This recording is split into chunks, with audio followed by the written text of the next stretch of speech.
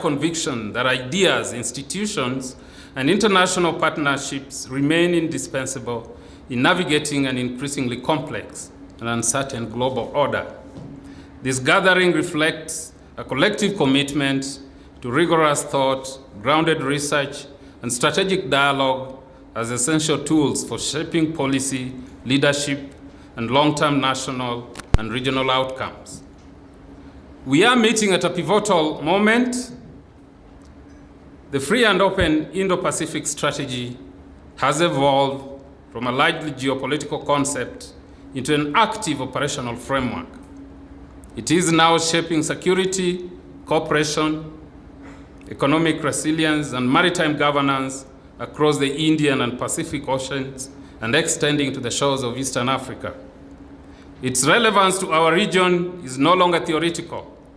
It is practical, strategic, and increasingly consequential for development, connectivity, and stability.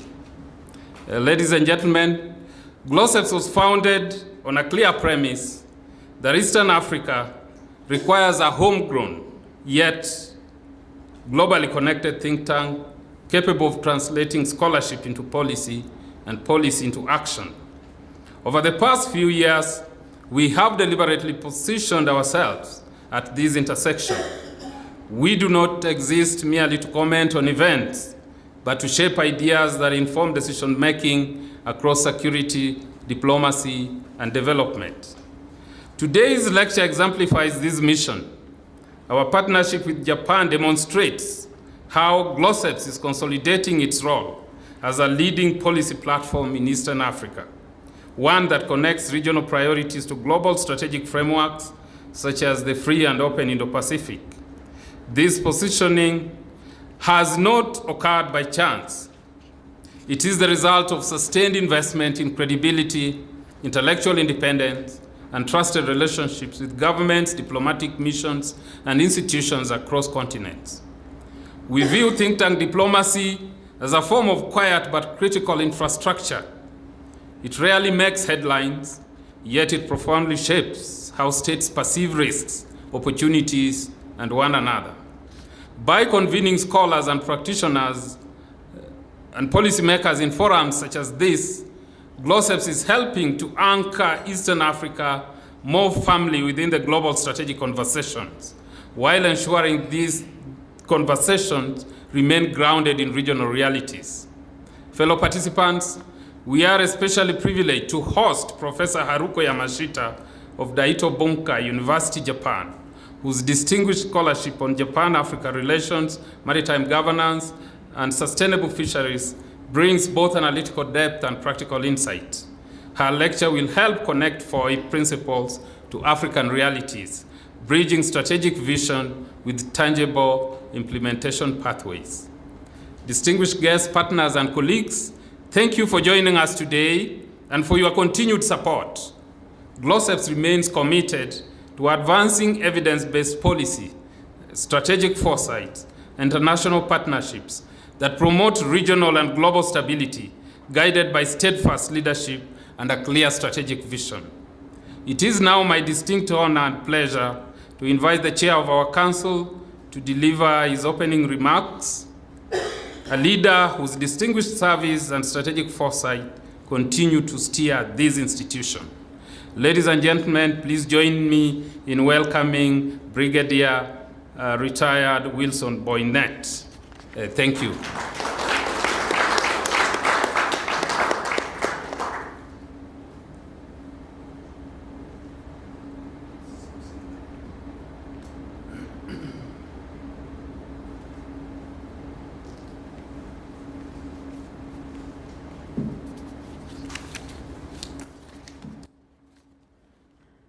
Jambo. I can't do it in Japanese, but nevertheless, Swahili would do better than anything else. Your Excellency, Matsura Hiroshi, Ambassador of Japan to the Republic of Kenya, distinguished diplomats here present, chief guest, Professor HARUKO Yamashita, who will explain what that means, problem solver. in Swahili. The Executive Director of CLOSEPS, Dr. Kennedy Asembo, National Intelligence Research University, Ministry of Mining, Blue Economy and Maritime Affairs, Kenya Marine and Fisheries Research Institute, KINFRI, United States International University Africa, USIU, CLOSEPS Council of Advisors, my fellow friends, research fellows, esteemed scholars and practitioners, distinguished guests, ladies and gentlemen. It is my distinct honor to welcome you to this public lecture convened by the Global Center for Policy and Strategy, otherwise known as CLOSEPS, in partnership with the Embassy of Japan in Kenya. Today's gathering represents more than a scholarly exchange. It reflects the result of deliberate leadership, strategic trust building, and sustained diplomatic engagement between Kenya and Japan. This partnership is anchored not merely by events, but in a long-term institutional alignment, shared vision, and mutual national interest. Allow me to briefly reflect the strategic journey that brings us together today. Our chief guest, this collaboration began over 3 years ago, shaped initially by strategic foresight by His Excellency Ambassador Ken Okinawa, former Ambassador of Japan to Kenya, and now advanced under the stewardship of Your Excellency, Ambassador Masura Hiroshi. The first milestone came in 2023 with the inaugural symposium of the Free and Open Indo-Pacific FOIP Strategy for Peace and Development.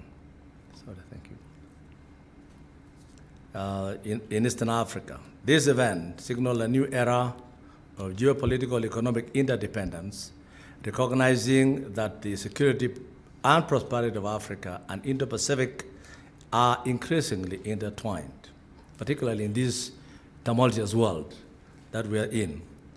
That early vision deepened, of course, in November 2024, when CLOSEPS Council members and researchers undertook a high-level strategic mission to Japan, engaging with the leading policy and research institutions that included the National Institute of Defense Studies NIDS, the Sasakawa Peace Foundation, the Institute of Developing Economies JETRO, and the Tokyo University of Foreign Studies.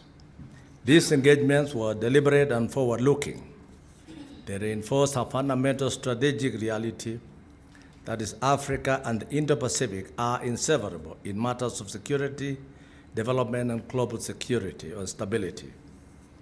A key outcome of this mission was shared conviction that Africa-Asia engagement must evolve from episodic dialogue to structured research cooperation, sustained policy intelligence exchange, and enduring institutional partnerships. This understanding produced a historic moment last year in 2025 when CLOSEPS and NIDS jointly convened the Patronizing Africa-Asia Research Exchange Partnership Symposia in Nairobi, centered on the China Security Report of 2025. For the first time, an African and Japanese think tank engaged in a formal policy discourse on global security from Africa, a milestone in strategic leadership and institutional diplomacy. The partnership gained further information in March 2025 when Ambassador Masura Hiroshi visited CLOSEPS headquarters. His engagement transcended protocol. It represented a clear endorsement of shared intellectual capacity or capital as a strategic pillar of national and regional policy. The tree that Your Excellency planted is well up and well maintained. It's still alive and going strong. It's much taller than you now. I was there about a week ago and I'm quite impressed.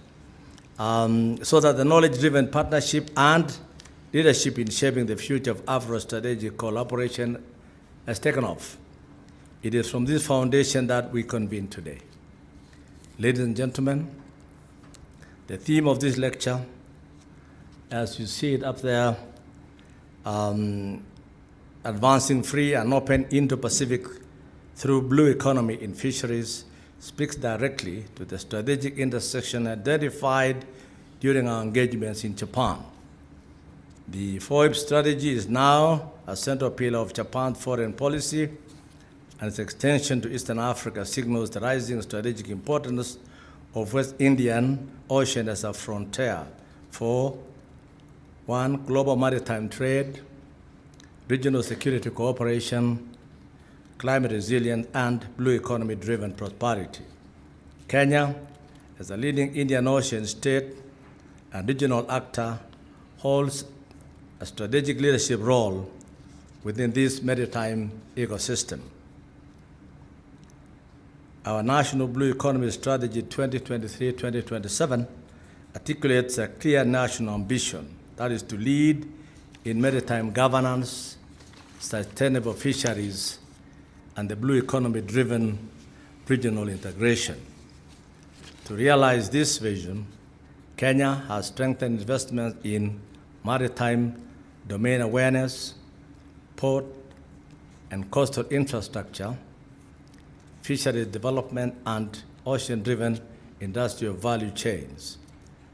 Flagship initiatives such as Dongo Kundu Special Economic Zone in our coastline in Mombasa demonstrate deliberate national leadership, shifting our development paradigm from land-focused models to a maritime-anchored growth strategy.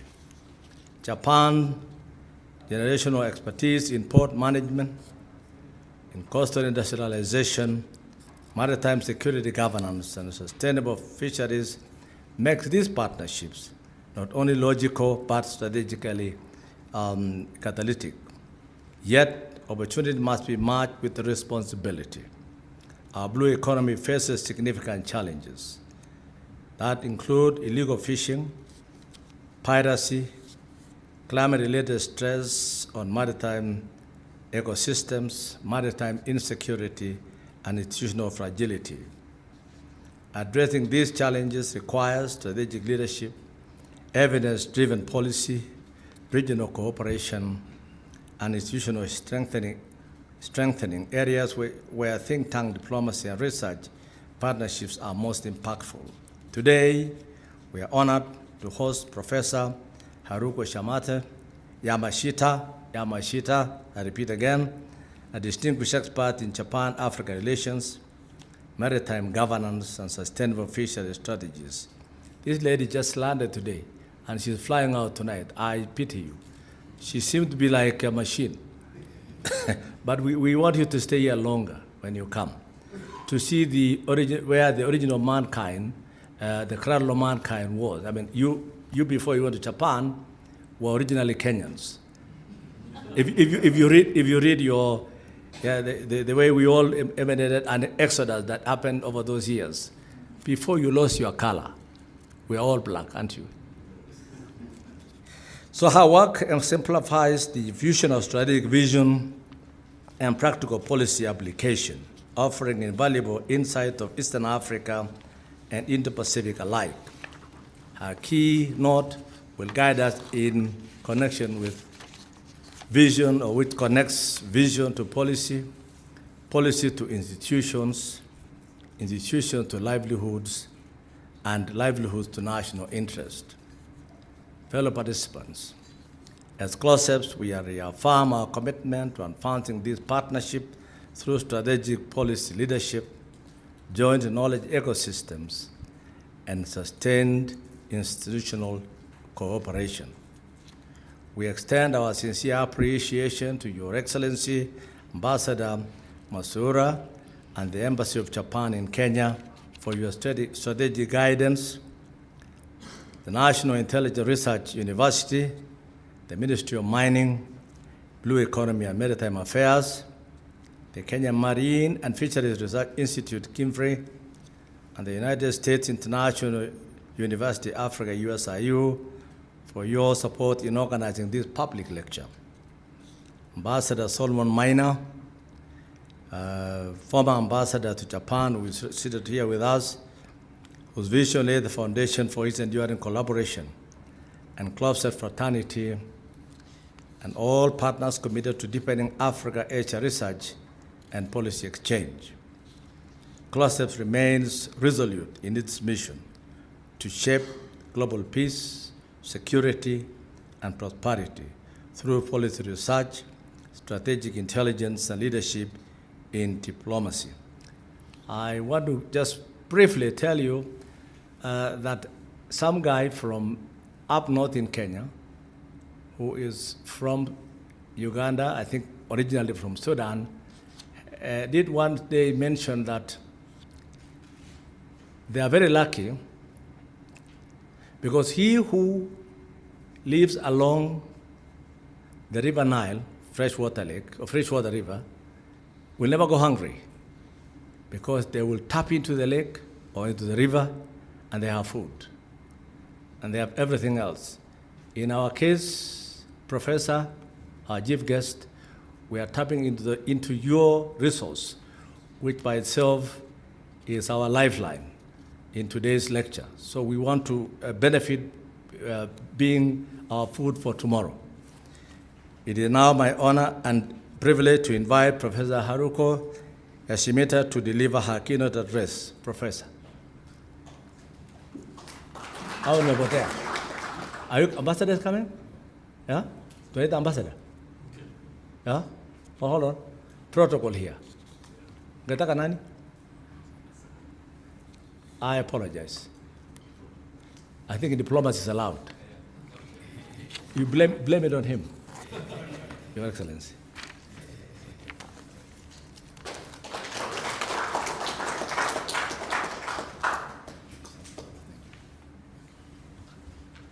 Thank you.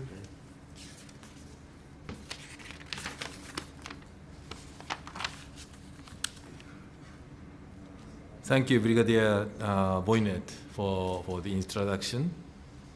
So, Professor Yamashita and representatives from the Kenyan government, Dr. Asembo, Brigadier Boynet, and distinguished guests, and ladies and gentlemen, very good afternoon. First, thank you all for participating in this special lecture and roundtable on the blue economy today.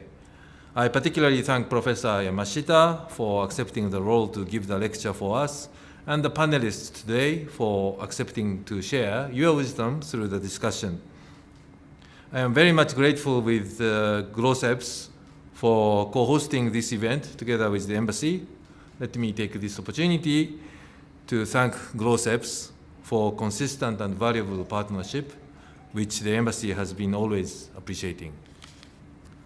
The event today has been much waited for because, first of all, Kenya is one of the most important partners for Japan to promote free and open in the Pacific.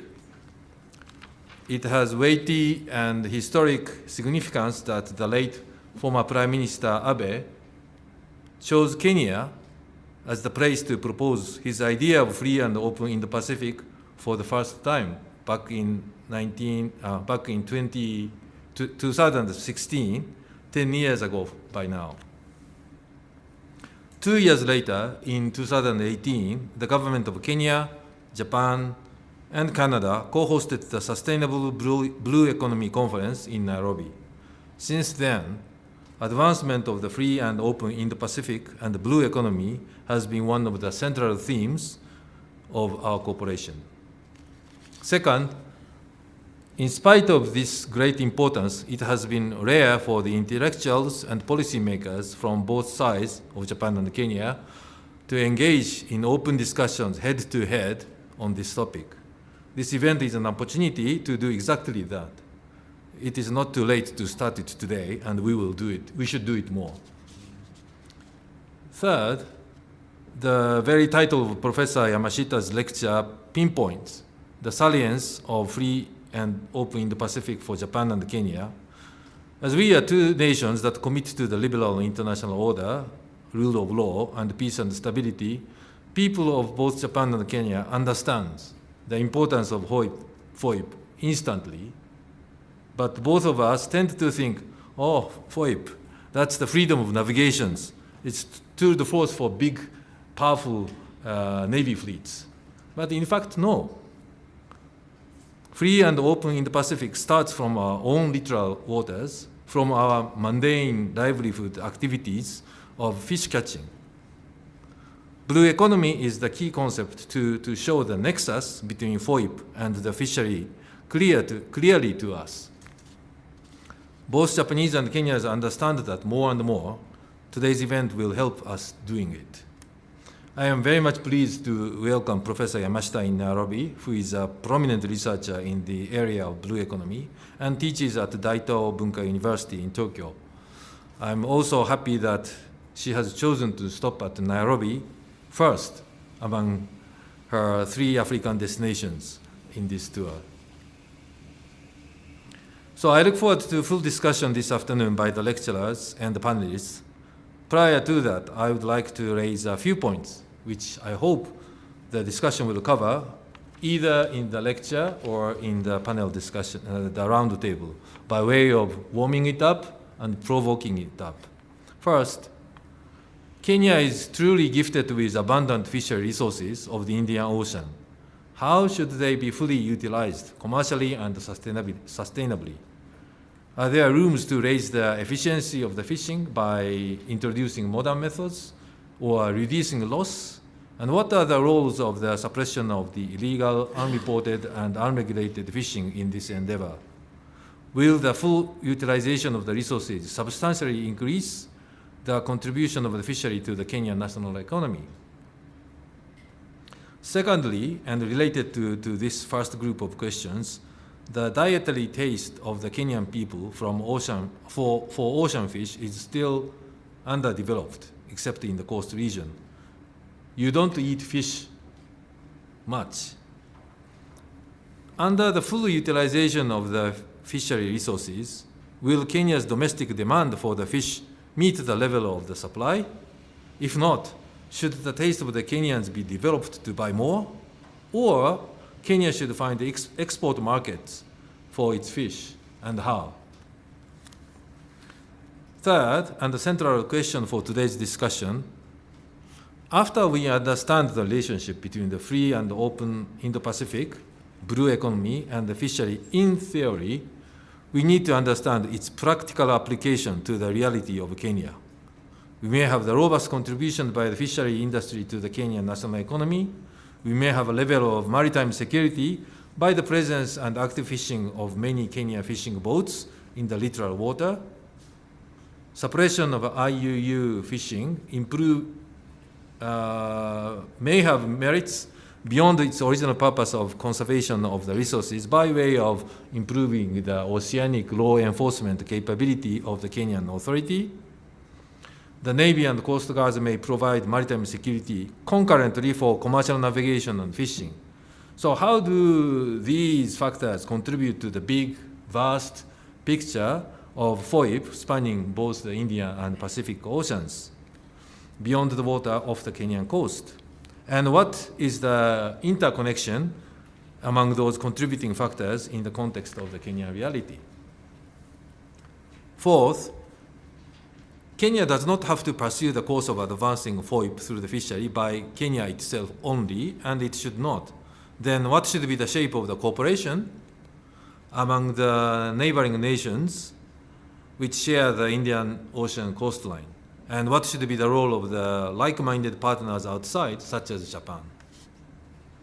And fifth and the last, Japan has many experience and policies to promote blue economy and fishery in ways that facilitate the advancement of free and open in the Pacific. Are there any elements in Japan's experiences and policies that can be usefully emulated by Kenya?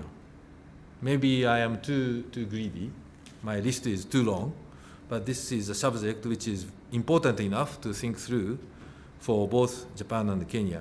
So I'm very much thrilled to listen to the discussion. Thank you very much for this opportunity to bombard the lecturer and the panelists with these questions. Now, without further ado, let me request Professor Yamashita to come straight forward to take the podium to give her lecture. Thank you very much.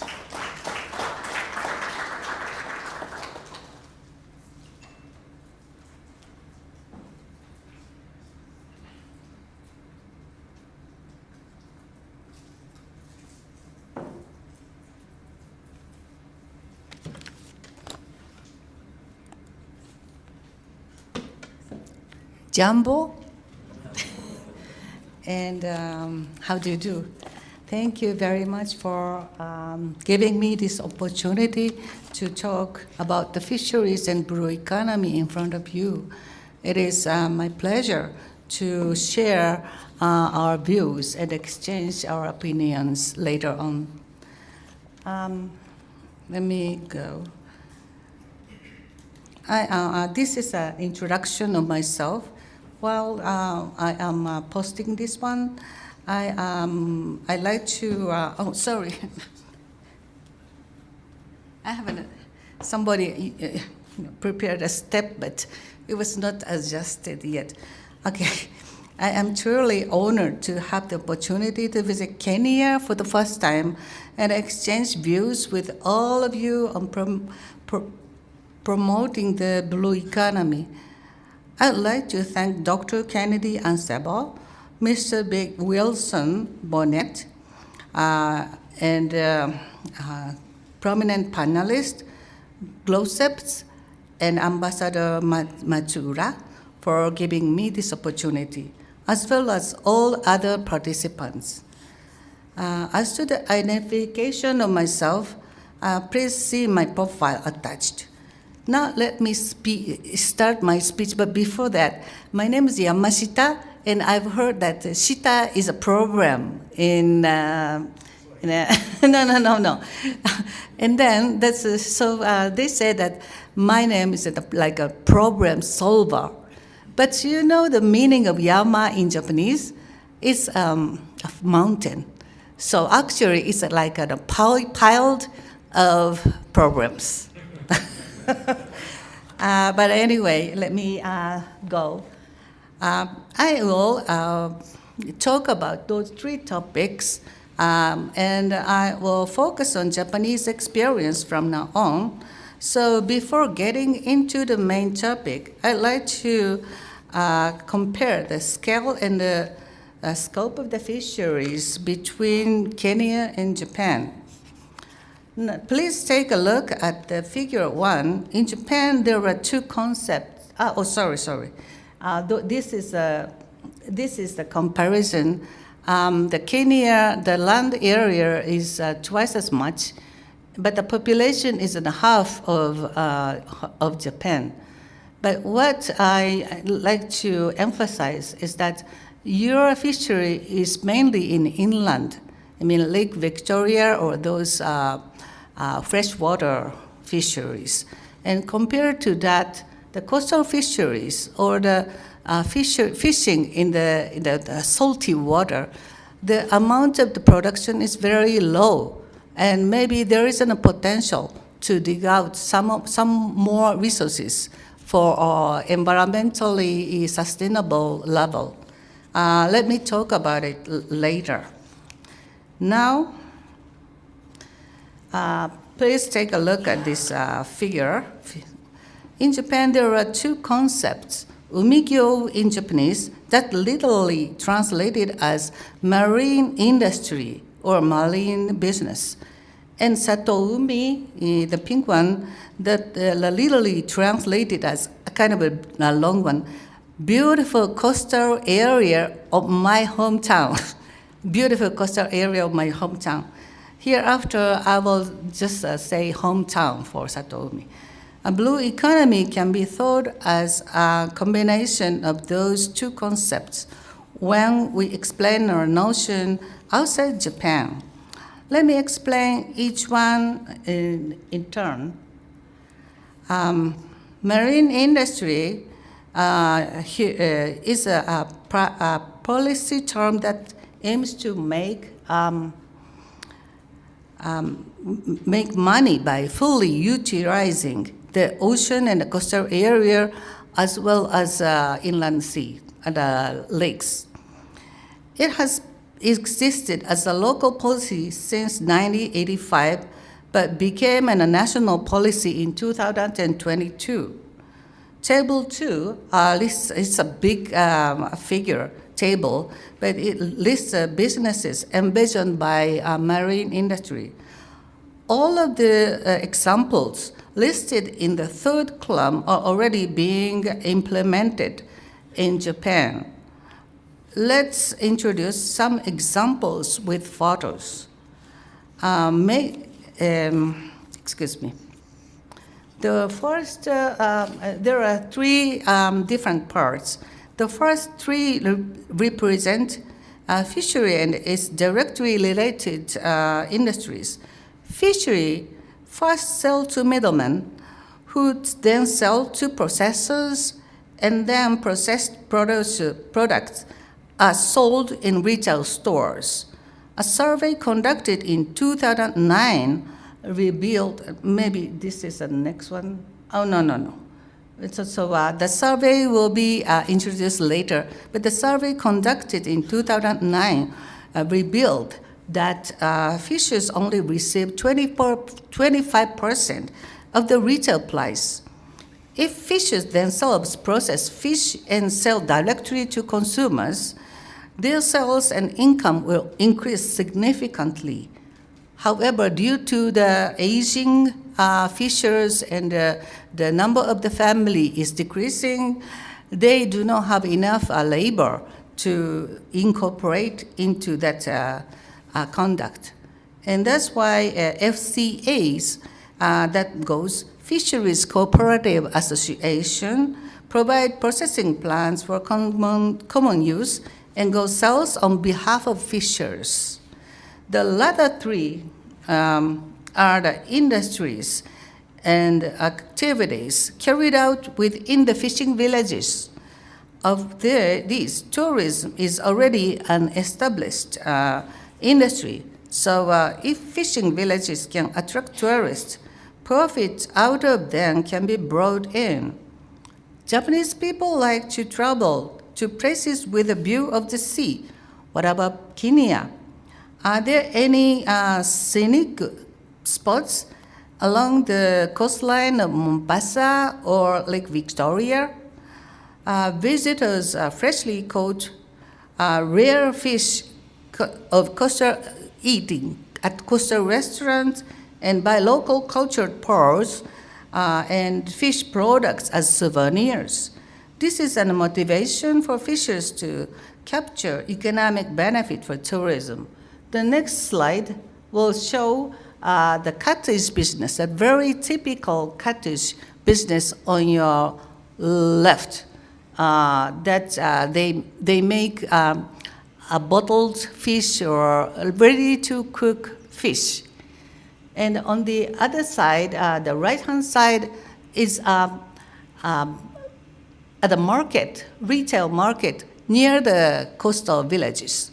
And they are people from, people drives like 2 hours or so from the city to get the fresh fish. And this is a kind of tourism, and they enjoy doing it. The next slide. This is the restaurant operated by the Ladies Association within FCA, Fisheries Cooperative Association. And they made, this is a premise of the fisheries cooperatives, but they are allowed to make a cottage or in a small house and provide seafoods that is locally caught. And they make profit, and they share the profit, and they have a nice friendship between the wives of the fishers. The next one is, this is what I'm going to demonstrate later. So let me go back to the original table. This is one. Publicity and dissemination activities do not generate direct profits to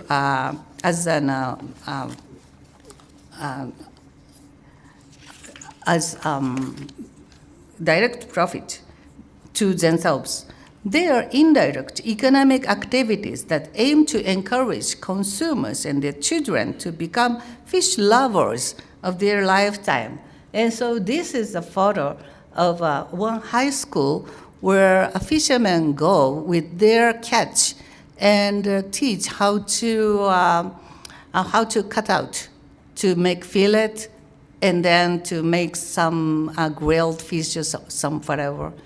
And people, like students who normally do not like fish, will appreciate so much, and then when they go home, they will ask their mothers or fathers to buy the same fish and cook by themselves. So those are the effect of the promotion. The next slide, this is the last one that I prepared as an example, is a festival associated with skipjack sales.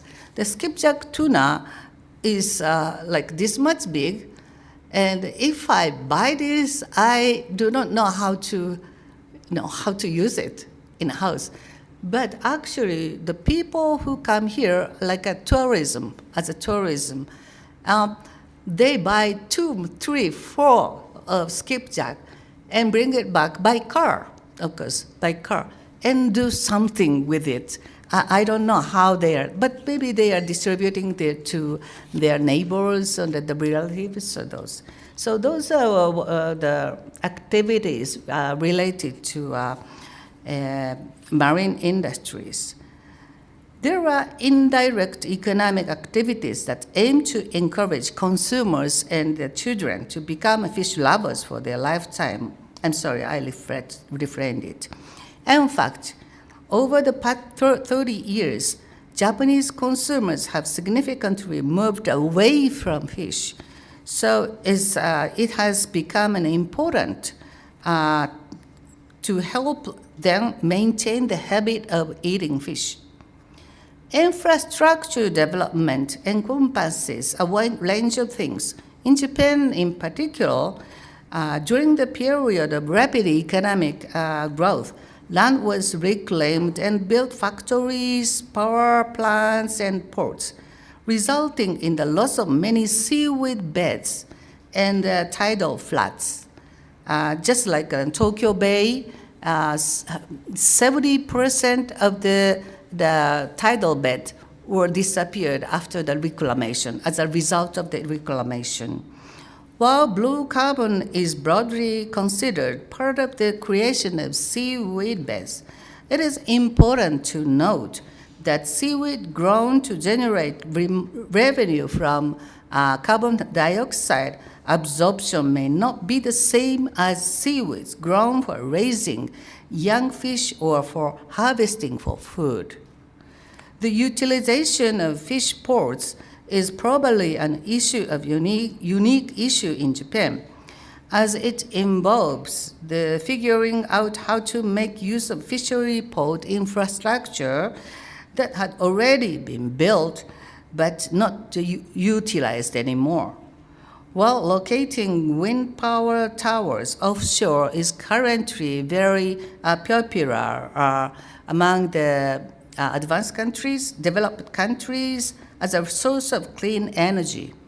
Some of these are being undertaken by fishers and coastal residents on their own, but there are also some, such as utilization of fishery ports, where the government needs to step in and deregulate or modify rules for the use of fisheries port. Next is Satoumi. The next one is Satoumi, and beautiful coastal area of my hometown, hereafter referred to as hometown.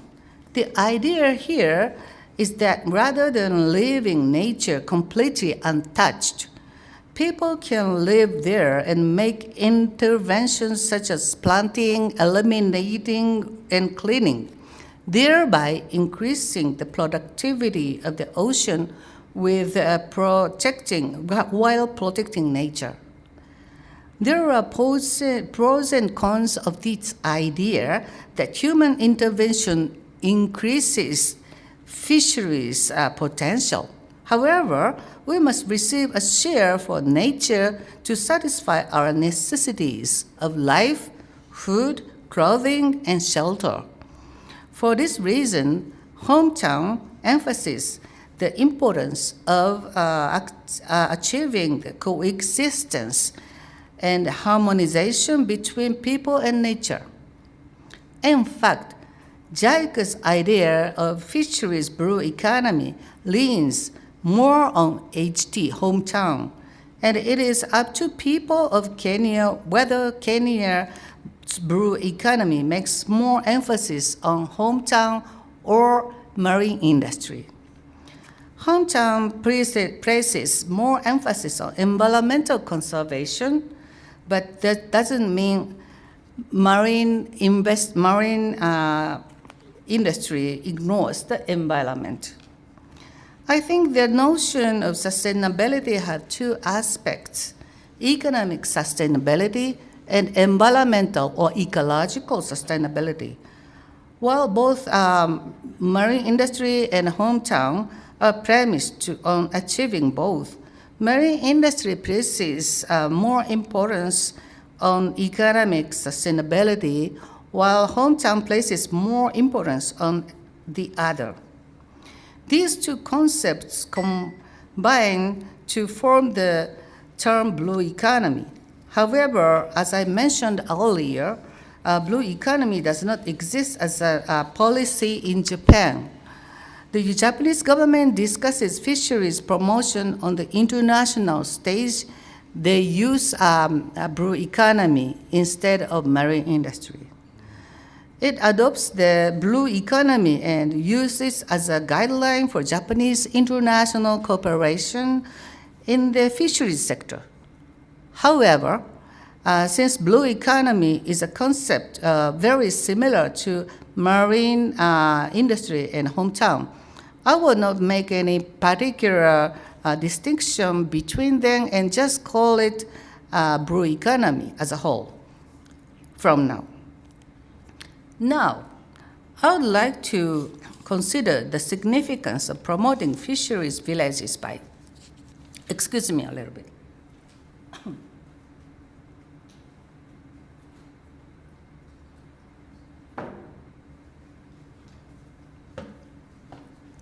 Sorry.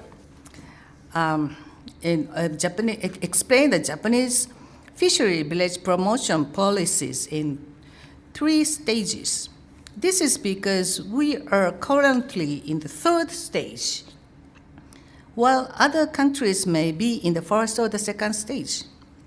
The first step was the enactment of Coastal Fisheries Promotion Act in 1958. That's about the time I was born. Offshore and deep-sea fisheries had existed before the World War II, but was banned by GHQ occupational people after Japan defeated in 1945. However, to alleviate nationwide serious food shortage, the large-scale and productive fishery operation are allowed again. Meanwhile, many coastal fishery vessels were engineless, wooden, and unproductive. Furthermore, the large number of fishers suffered from small harvests and low income. During the month when fishers in the snowy north could not go fishing, they migrated to big cities to work in a variety of jobs. I put the small photos, and one is the construction working, and the other is sweet potato baking. And those are the things that the people from the northern area work in the city during the snowy season right now. This will be called as diversifying livelihood, but it was not such an easy job.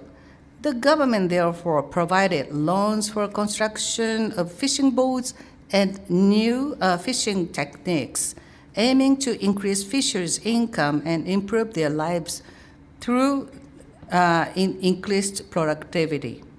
Soon the second phase of rapid economic growth began in the late 1960s to 70s.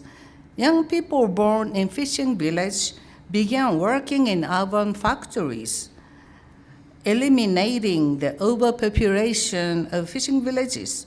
However, a disparity arose between the high incomes of city residents and the low incomes of coastal fishers.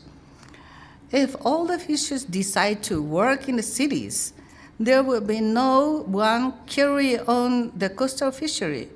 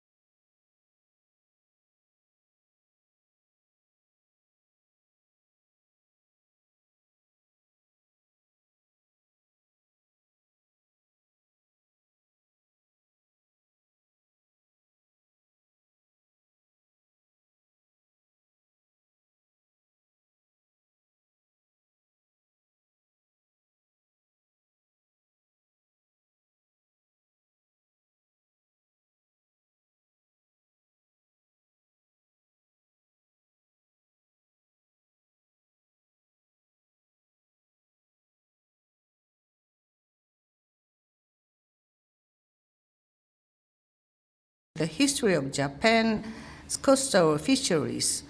The common issue I hear about in every country are the supply of domestically produced seafood to the people and the creation of jobs. The former is likely based on the idea that we should confirm food security by reducing our dependence on imported food and increase domestic supply. There are various opinions on the latter point, employment. Some say that having sufficient employment within the country is politically most important because it leads social stability, while others say that the country should ensure foreign vessels to employ local fishers. I've also heard that the government urged to establish tuna canning factory to bring materials from foreign vessels allowed to operate in their EEZ, thereby creating jobs. This was actually realized in some of the Pacific Island countries. On the other hand, the high income earned by working overseas support a comfortable life for family at home, give more options for the education of children, and various jobs gained overseas are useful as on-the-job training. Having relatives living apart in overseas also provides security in case of emergency. The objectives of fisheries village development vary from country to country, but I believe that all share the goal of increasing income through diversifying livelihoods and making effective use of domestic resources. There may be some debate. This is the one that I told you that I'm going back. This is a survey conducted in 2009 and 2012 to 17. And the initial survey found that the share of the fishers that is only 25% out of 100%. It's very small. All of us were so surprised. And after maybe nearly 8 years later, they made the survey again and then found that a share of the fishers a bit increased to 32%. They were supposed to conduct the same survey, but that was during the COVID-19 time, so they couldn't do it. Maybe in the near future they will do it again. But having such a data, everybody alert, everybody noticed that we have to do something to increase the income or the value, added value for fishers in fishing villages. Okay, there may be a debate about who should target it on a policy implemented. In Japan, it is clear that fishers will pay a central law, meaning that they will not accept any policy that goes against their wishes. This is because coastal fishers in Japan were worried large companies entering to their villages. Therefore, the aim is to maintain or increase the number of local fishers, and so as to diversify livelihoods, to increase incomes and make the fishing village more attractive. Attractive people who think, maybe I should go back to my hometown. Or some people, I would like to live in this area. The local government's desire to maintain the fishing village population is also the partly the reason behind this. What about Kenya? I can imagine that there is a policy intention to diversify the livelihood of fishers, but I think that the objective, contrary to Japan, is to reduce the number of new entrants into the fishery industry, which is increasing rapidly, and thereby reduce the pressure on natural fisheries resources. For those who come to beach saying, since I have no other work, I will start fishing, those people, we should prepare to tell them there are other jobs available beside fishery. If my guess is true, perhaps the answer is to create a marine industry. If that's the case, rather than placing fishers at the center, as we do in Japan, it might be more beneficial to bring investment from outside to create massive job opportunities to coastal areas.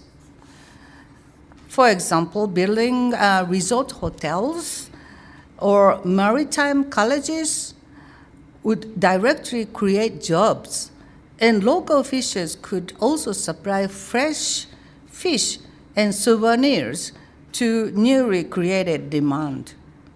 This is a case of win-win relationship with external companies. This slide shows an Apolia, and one of the program of the Blue Economy Initiative and the targeted beneficiaries have been decided. The next step is to decide what to do.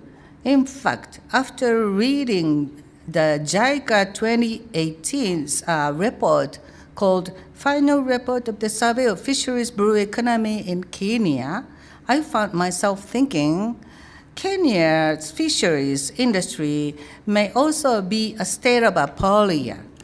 Do you know what aporia is? Aporia is a Greek word meaning an unsolvable problem. And this is a book that I wrote in 2024, 2 years ago. I published a book on the economy, fisheries economics, and titled Aporias in Fisheries. It says aporias in fisheries. That means we have a lot of aporias in Japanese fisheries. And that's why I thought, won't Kenya be facing the same problem, aporia? The reason I believe Kenya has many unsolvable problems is as follows, like this slide. Coastal fishes are overpopulated, it says, resulting in excessive fishery pressure. But then asking, so what is appropriate catch volume considering the amount of resource? They will reply, we don't know because the statistics aren't kept properly. They say they want to eliminate IUU fisheries. Then I ask, so are the people engaging in IUU fisheries fishers or non-fishers? Now, some fishers do IUU and some non-fishers also do IUU. Or non-fishers fishery is IUU. So we have to distinguish such a difference before saying IUU fisheries should be eliminated. But in some places, people there just catch fish as they please. Kenya has an organization called BMU for coastal fisheries. So wouldn't it be better to first establish BMUs in all coastal areas and have fishers who belong to those organizations managing IUU fishery themselves? Among the all coastal lines in Japan, local FCAs, fisheries cooperative associations, are organized, and unless you are a member, you cannot fish. In fact, anything other than pole and line fishing is prohibited for non-fishers. The qualification of membership is said to be very restrictive. So one can become a member until one cannot become a member until years of contribution in that area. Although some criticize this system as being too exclusive, it at least creates a sense of identity as a fisherman. And it motivates people to keep outsiders out of their fisheries grounds and to protect themselves by themselves. However, how many years will it take for BMU to be fully organized and thought to coastline and reach a point where they can make decisions independently? How many years does it take? If resource collapse before starting activities of blue economy, BMU will not work either. If this is the case, it was an aporia for Kenya's fisheries. So we have to take priorities. This is the slide that I was just explaining. Sorry. Let's prioritize the project needed to achieve blue economy and consider what combination will allow parallel project to be run. Before that, let me drop by a side work. I'm a university professor, and I hear that these days from the university students that they are too busy to defray enough time for study. For example, they are too busy with a part-time job to attend classes.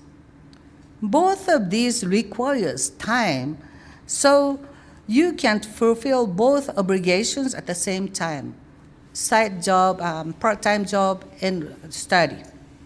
They should think about which one you prioritize and allocate more time on that. Studying and romance, on the other hand, can go hand in hand. Romance requires energy, but it doesn't take up so much time.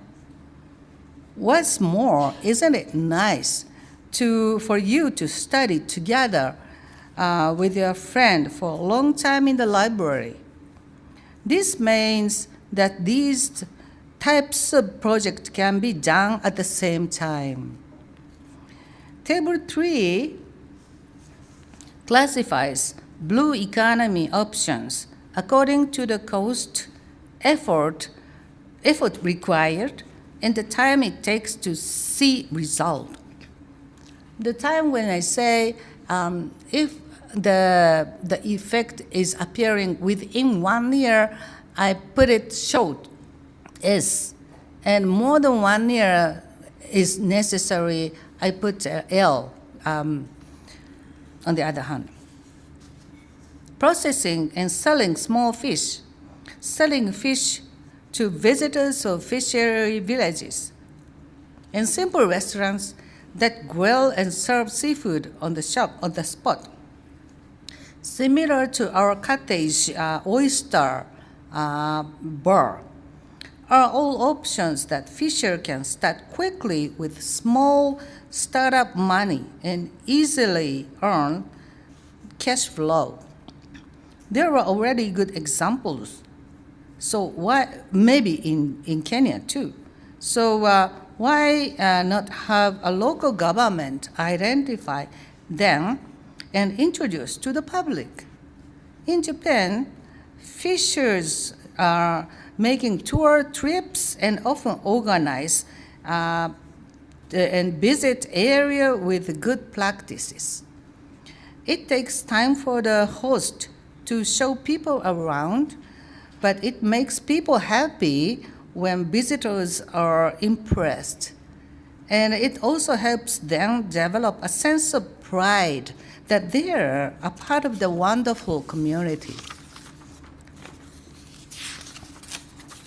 Surveying catch volumes and organizing BMUs do not require much money, but they will not be sustainable without the cooperation of continuous effort of fishers. And it will take time for the effort to become apparent. I think it would be a good idea to start by training local leaders in the areas. In my experience observing fishery villages in the Philippines, a country in Southeast Asia, the leader was a retired government official. And under her guidance, the wives of fishers began recording their husband's catch.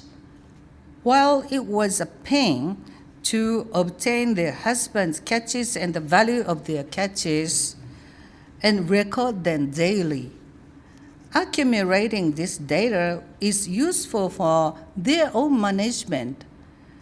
The compiled result become local fishery data. With smartphone in hand, nowadays recording and compiling data should be even easier. In contrast, resource surveys and creation of seaweed beds and tidal flats require both money and specialized knowledge. And it takes a long time to see result. That is not a direct money collector. So this is where the national government undertake nationwide project with financial and human resources covered partially from the foreign government or private companies. I'm not saying that Japan will fund these projects because I do not have such a right or such a power at all. So I'm just saying in general, the reason why foreign aid is justified in this area is that the conservation of fisheries resource in Kenya waters, which is an Indian Ocean's waters, and the improvement of fisheries environment in the Indian Ocean will have a proliferating effect, benefiting to the entire Indian Ocean. Remember that the Japanese government is promoting FOIP. For example, an Indian Ocean is connected to Pacific Ocean. Pacific fisheries nations will also benefit. So why do companies contribute? How do companies contribute to such a conduct? For example, if they install propellers for offshore wind power generation, they will need to pay a compensation to the BMU, local BMU, in return. One way of use that money is to create seaweed beds and tidal flats.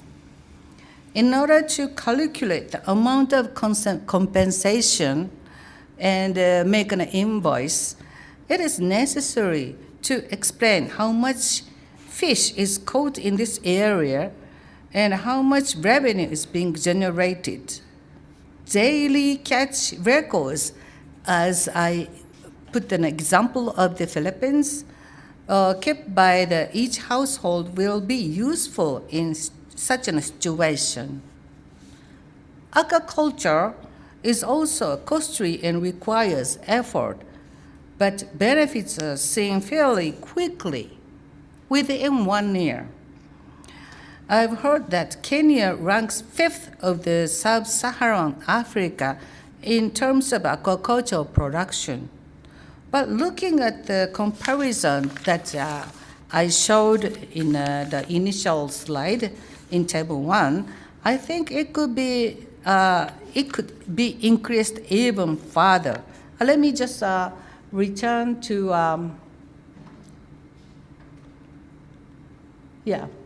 this is the comparison. And the amount of the aquaculture is not as big as what we can compare with Japan. So there is some room of increasing aquaculture production, is what I thought. And according to JICA report, there has been many steps to do this in the past, but they have all failed in a short time. I hope they can find out why it happened and make it economically sustainable next time. Going back to so let me go to the slide, the last slide very quickly. This one, yeah. So this is what I've told. Low-cost and short-time projects will be initiated by fishers themselves because it doesn't cost so much and the result will appear quite quickly. But the long-term commitment and the effect is not seen will be taking part, that the government will take part of those projects, or the private sector to invest, and in return, they will, the community will take some role. In this way, by wisely combining inexpensive project with immediate result, this one, project that requires a lot of money in a long time period, a synergetic effect will emerge in fisheries blue economy, and we will be able to achieve economic sustainability that eventually circulates autonomously without government support. My dream is that I come to know Kenya become a major fishery country.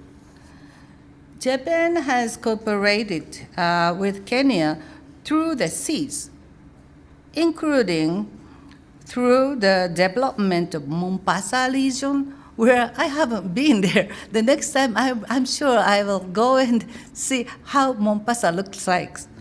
The provisions of illegal fishery surveillance vessels donated, as well as counter-terrorism vessels.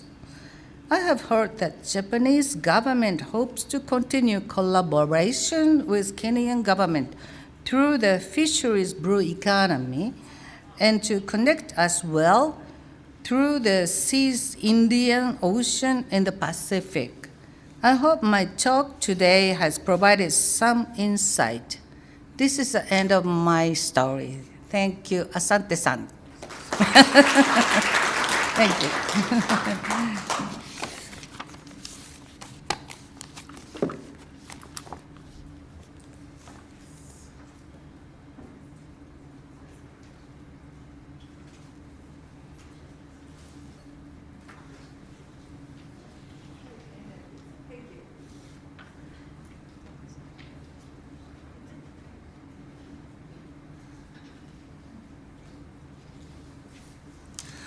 Thank you, Professor. Another round of clap to Professor Yamashita. Thank you very much. I would like us to quickly move to the plenary session, and I want to invite Professor Exen Iraki to take the floor. Professor Exen Iraki is an economist from the University of Nairobi. Thank you, Professor. Welcome. Thank you.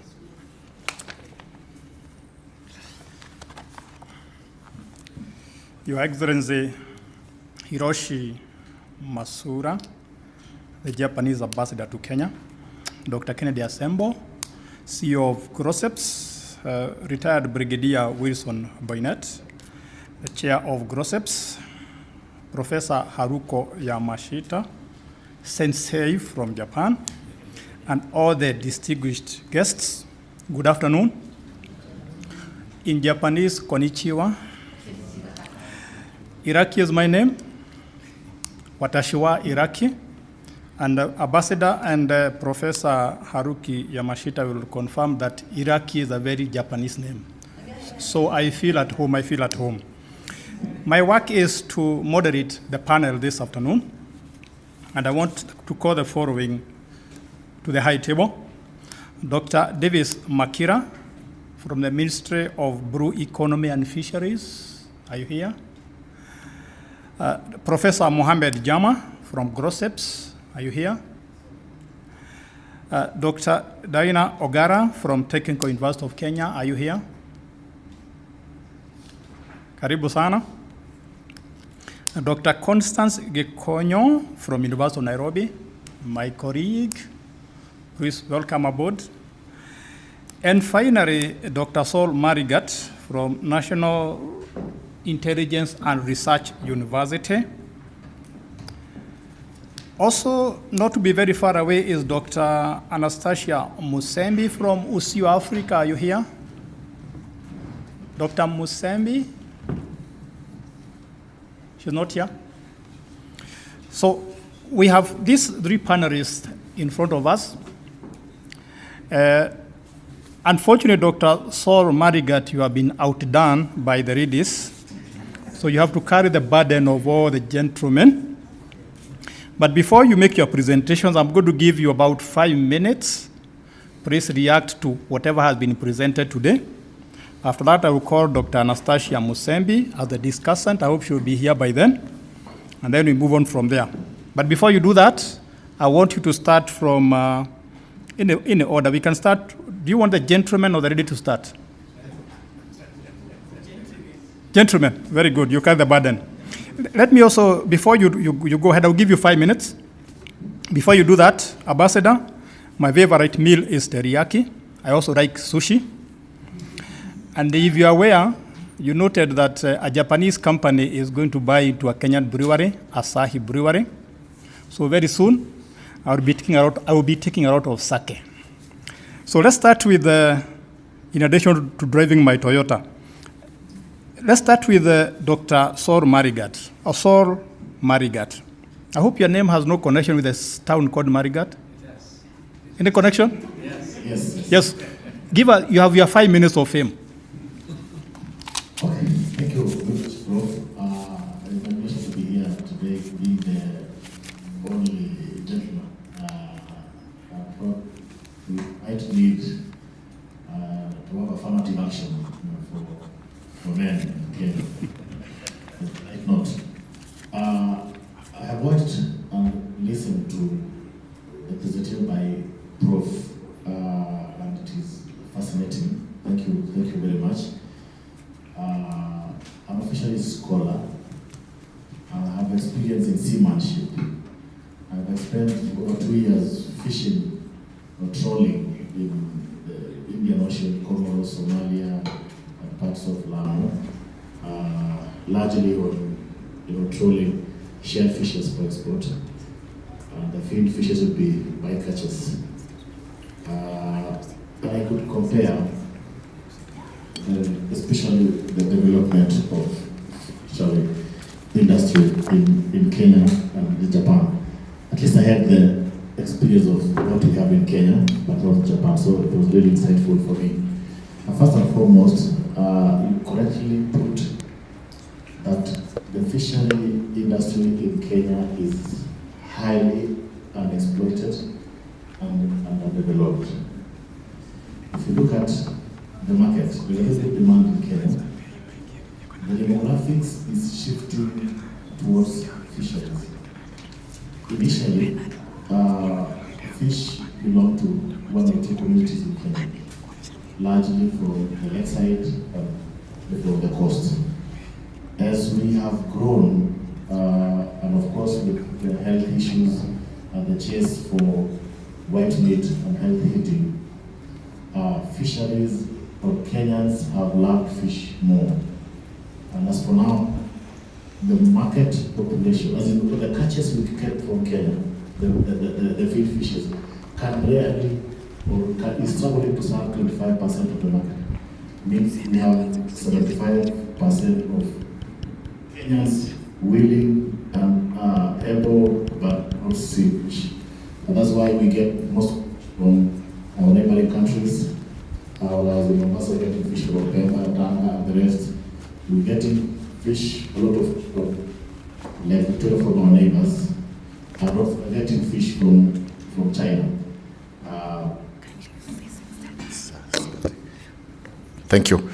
We're also getting fish from China. So, and now the paradox is, why can't Kenya exploit its own fish? And things that Prof showed, we have our 95% of fish come from freshwater in Kenya, and 3% come from the sea, and 2% come from aquaculture, the one we rear in our farms. The paradox is our surface area for freshwater lakes is 13,000 square kilometers, and the sea is 230,000 square kilometers. That's a paradox. It means we are barely scratching. We have done completely nothing in the sea, in fisheries in the sea. And basically, and if you compare the fishermen in the freshwater and the fishermen in the sea in terms of numbers, in terms of technology, in terms of organization, Prof talks about the BMUs, the beach management units. You find the fishermen and fisher folks in Lake Victoria are more advanced in terms of everything than the sea. And these can attribute to several issues. One is technology to venture far, wide, and deep in the sea. If you've been in the sea, like I've said, I've been in seamanship for more than 2 years. If you've been in the sea is not very friendly, especially during the monsoon winds. It's so rough that fishermen, the small, those and small boats cannot venture in. Secondly, the issue of technology. We don't have the technology like other countries would do, that they use ultrasound to detect, fish movements, and be able to capture. So, with that, Kenya remains, Kenyan blue economy, especially the sea, remains unexploited and underexploited. And of course, that brings the issue, of course, from the technological perspective, our capacity as a country to monitor the IUU, the illegal and regulated and, those fishing in the sea.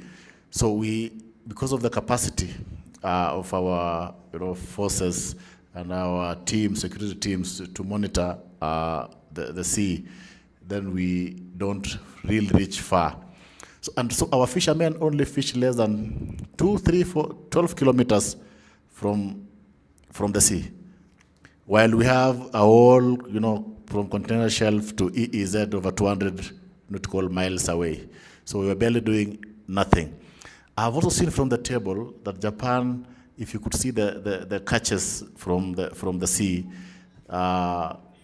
is doing very well. And this provides an opportunity for Kenya to actually partner, cooperate, learn, and be able to, to borrow, cooperate with Japan so that we can One is from technology. I would say Japan is far much ahead of us. When I was studying fisheries, I had a vision of studying in Japan. So I think it's among the best countries in the world in terms of fisheries, and we have a lot to learn from them. And this platform, this roundtable, provide an opportunity, at least to start with, for us to intellectually cooperate before we have our hands on the works in the sea. Thank you very much.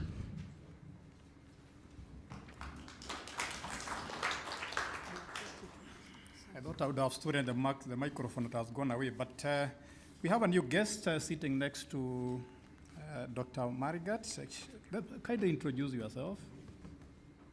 Thank you. My name is Dr. Anastasia Msembi from USIU. Thank you very much. I'll be calling upon you later as a discussant, but now we have the next Redaina Ogara. It's your turn. Your Yes. 5 minutes of fame. All right. Thank you very much. Thank you all for this opportunity to be here. And it's a pleasure, Yamashita Sensei, to meet you in person. I had the privilege of studying in Japan through a mixed government scholarship. And in this capacity, I know I can call her Yamashita Sensei. So, yoroshiku onegai shimasu. So why are we here today? Why does this discussion matter? I'm here in the capacity of a land and sea planning expert. This is what I studied in Japan for my PhD, and it is in this capacity that I will speak today. I would like to start by saying that I'm really excited about the discussion you just had today. I could relate a lot because when I was studying in Japan, we had a lot of case studies, and we had the privilege of going to Owarai town in Ibaraki prefecture. And when we went there, we spent a lot of time with the cooperative societies there to understand their management approach to fishing. And I could really relate to what Prof was saying about having different gendered roles for fishing, a really co-management approach to fishing. And I believe that these are some of the elements that we can embody as Kenya.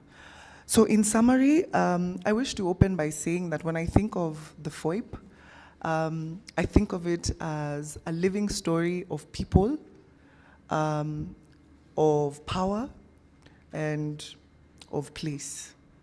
Why do I say this? Because what three thematics come to mind for me are port city planning, because this is my area of research, but fundamentally, when you begin to look at port city planning, you look at port cities as the living space or the spatial system in which the land and the sea interact, and therefore how fisheries comes to life. Okay, so the blue economy has various sectors, but in today's discourse, in today's discussion, we focus on fisheries. Now, generally in Mombasa, and similar to other areas, the fish on a family's plate, the container on a ship, and many of the other blue economy sectors all end up or share a same system. And when this system is fragmented, then nations really suffer. So one of the detailed research elements of my work was looking at land and sea planning as one single system and how these different sectors intertwine. And fishing was a key element of this. So why is the FOIP? Why is the FOIP important for us today? So the Indo-Pacific hosts over 60% of the global fisheries production. And this is very critical because it not only hosts this 60%, it also harnesses among the most busiest, or it is, actually the most busiest maritime corridor in the world. And in the Western Indian Ocean region, this fishery activity becomes very important because it is a lifeline for communities, but it is also a livelihood system. And with this stable livelihood system, it creates stability in these spaces for these communities and therefore also their cultural way of life. So what is the impact of this from a spatial perspective? fisheries here can be seen as not only a sector, but it's actually a form of infrastructure, sovereignty. And I'll explain a bit more as we continue discussing. So as we saw and as we've seen, I think we've read in the GLOSSEP's concept note, but also around the world, and it's similar in Japan, please correct me if I'm wrong, that there's a hidden demographic crisis with the matters of Indo-Pacific in the Y region, and generally in Kenya as well, because youth are leaving the practice, and the aging population are also leaving, or so there's no intergenerational transfer. So some of the things that we are looking at today are how do we continue intergenerational future of fishing? And I look forward to hearing more from the panelists on these particular matters. So I know I have only 5 minutes, I will stick to that, but let's continue to enjoy the discussion. Thank you so much.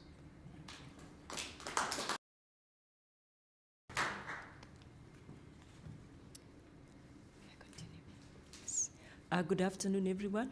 Thank you very much.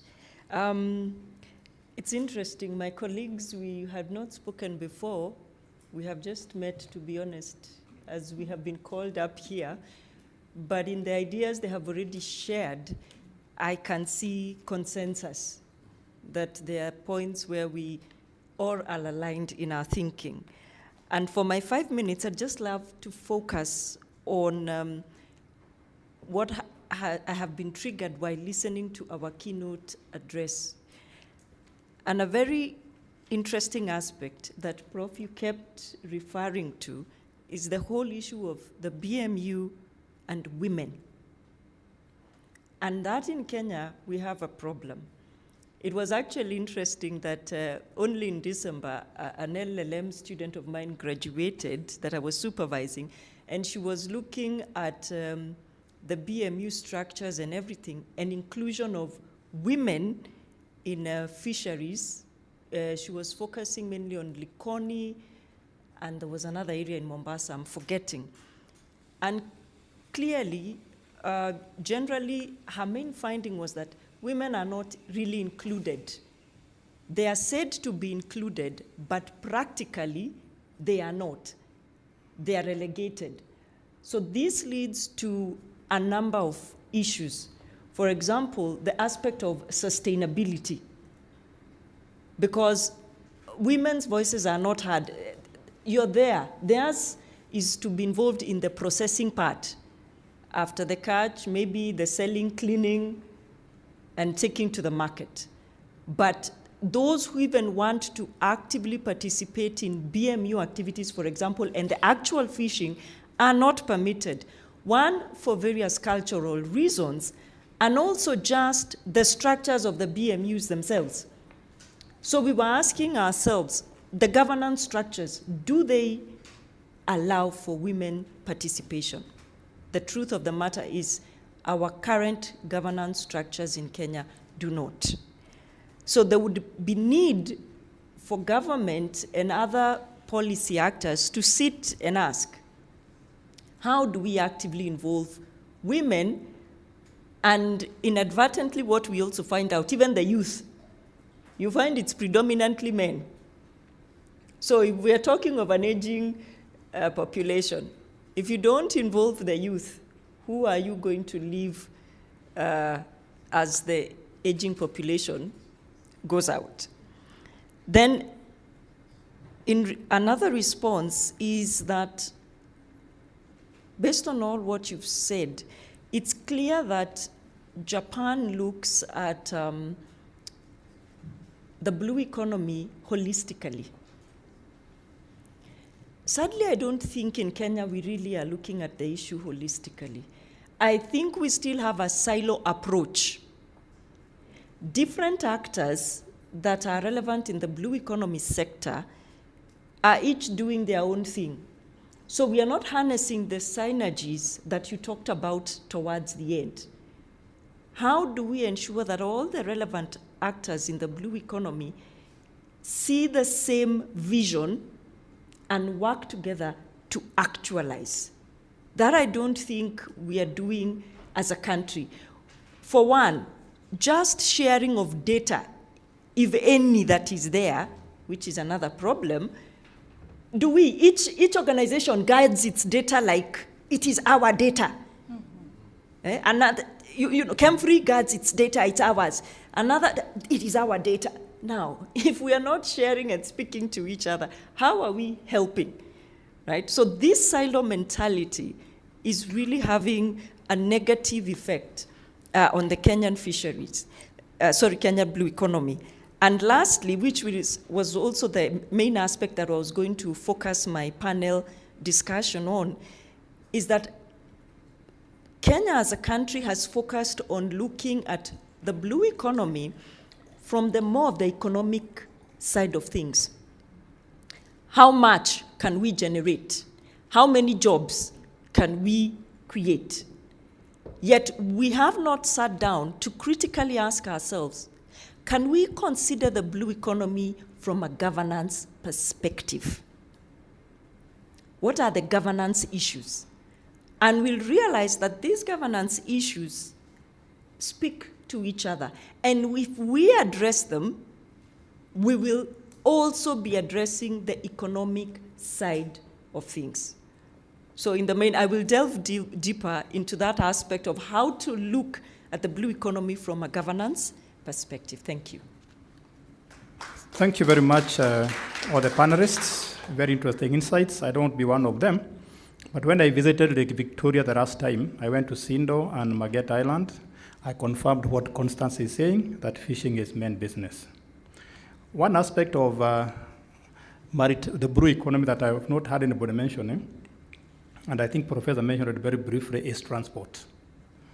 I still can't get from Mombasa to Maridi by ship, or from Mombasa to Runga by ship. I have to drive, and there's an ocean there, and people have been using that phrase for the last 500 years. You all know about Vasco da Gama. The reason why I'm excited about this topic, or this discussion, is very simple. I ate fish for the first time when I was 18 years. You cannot believe it, but I've loved it ever since. So data, we always want to keep that, I don't know for what. Dr. Anastasia Musembi, it's your time to tell us, to summarize everything on behalf of these panelists and everybody else. Please welcome.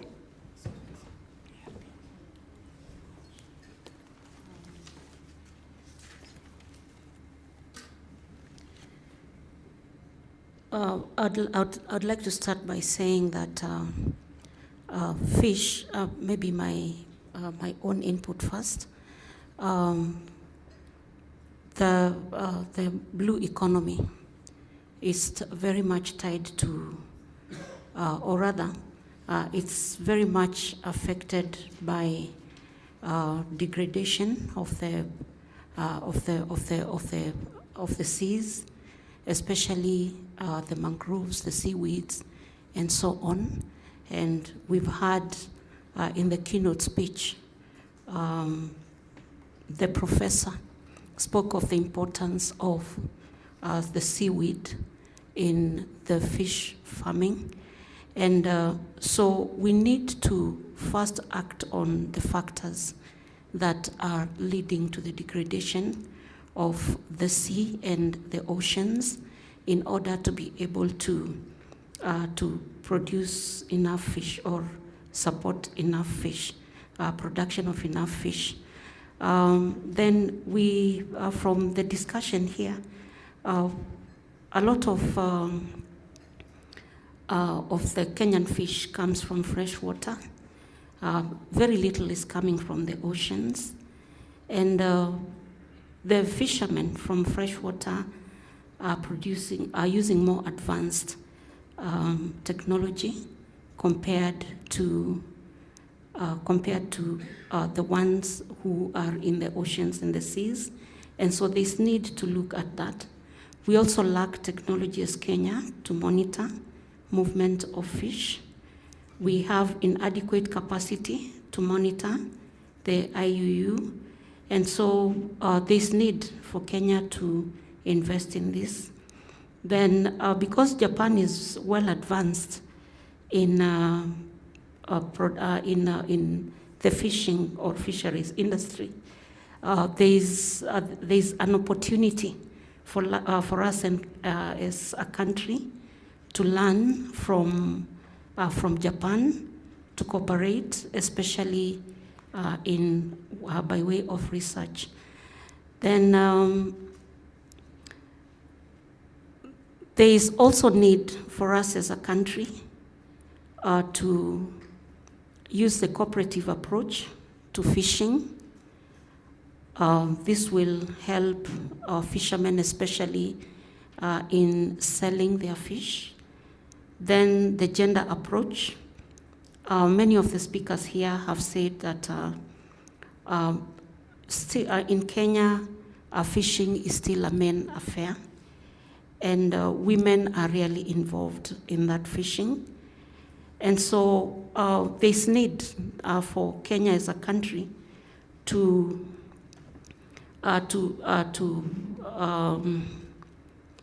come up with governance structures that cater for women.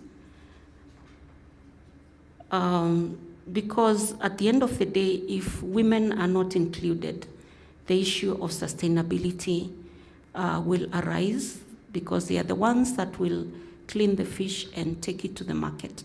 So this need to include them. So the gender approach to fishing should be looked into by the country. And then the other thing that we need to know, and that has come up from all of the speakers, including the keynote speech, is that fisheries provides a lifeline for the inhabitants, or for the people living along the coastlines. And so it's a sector that needs to be developed fully. The other thing concerning the aging population, we realize that there has not been, what can I call it? Maybe the knowledge has not been passed from the older generation to the youth. And most of the youth are actually abandoning it for lack of knowledge about how to go about it. And also because they lack technology. And my input here would be, we should come up with technology that appeals to the youth. We should also train them. There should be maybe academies or colleges where they are trained more about fish and the importance of the fish. Then something came up at some point where somebody asked, what if at the moment in Kenya we are not eating fish enough? And what if the population started eating the fish? Do we have enough? Will the supply match the demand? And at the moment, I believe that will be answered by the panelists as we move on. And then the other thing that has come up is that as a country, we should look at the blue economy holistically, avoid the silo mentality. And this will involve first bringing together all the actors in the blue economy, and especially in data sharing.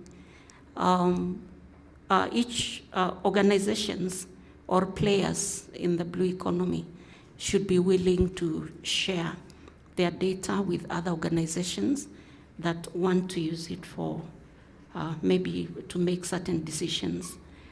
And then the last point is Kenya should consider the blue economy from a governance aspect instead of an economic aspect. Because once the governance issues are sorted, then the economic aspect will be achieved. Thank you.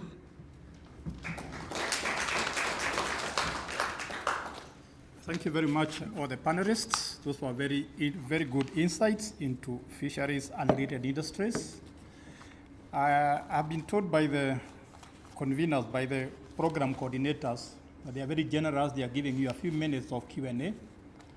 So when you ask your question, please identify who you want to respond to, but that does not stop the panelists from helping one another. So to make it more coordinated, I will start from this side on my right. Any question? The group on my right. The middle? Yes, there are 2 questions in the middle there. Give them the microphone. Please, as you ask the question, you can introduce yourself if you wish.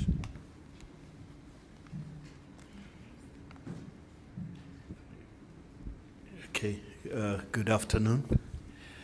I like standing because I am a teacher. I'm Dr. James Olela from the National Intelligence and Research University. And I'm going to pose 2 questions with respect to today's presentation. And before I start, probably express my gratitude to Professor Yamashita for a task well discharged. And I also come from a fishing community, Homa Bay County, inland, not marine. So I'm pretty excited about the discussions that we've been having today. So I'll move on to my question. And one is about concern. Japan is a key partner of the United States, Australia, amongst others, and Germany in advancing the free and open Indo-Pacific strategy. And we have seen recent developments in the geopolitical space that has got implications for multilateralism.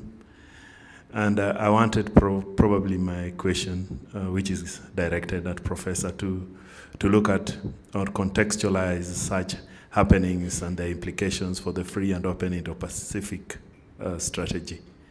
That's the first question. The second question can be answered by any of the panelists, and it's on the issue of the big buzzword today, which is artificial intelligence, and probably by way of just digging deeper into the issue, how can we leverage artificial intelligence in the space of the promotion of the blue economy, especially in fisheries? A few rough ideas that probably with the time will crystallize into concrete action. I know Glosseps is listening. Thank you. Thank you very much. The next question. Yes, good afternoon, everyone. Thank you so much, Professor Yamashita and other panelists. My name is Adriana Midamba, and I work for the U.S. State Department. I have several questions, too, for Professor Yamashita and also the other panelists as well.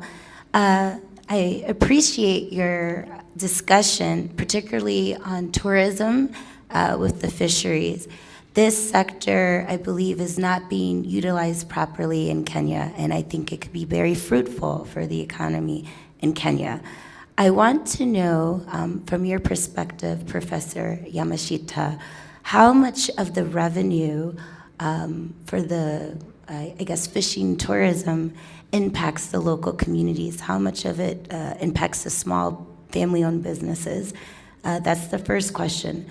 Number 2, I've spent several months within this past year working with countries in the Gulf region. And one of the countries that I'm working with right now is Bahrain. And I think many people think Bahrain is known for their oil and petroleum production, but few people know that they also are one of the world's largest producers of high-value natural pearls. And they have a huge agreement with the Cartier jewelry company. And so I want to know, from your perspective, Professor Yamashita, is this a sector that you recommend Kenya to get involved in?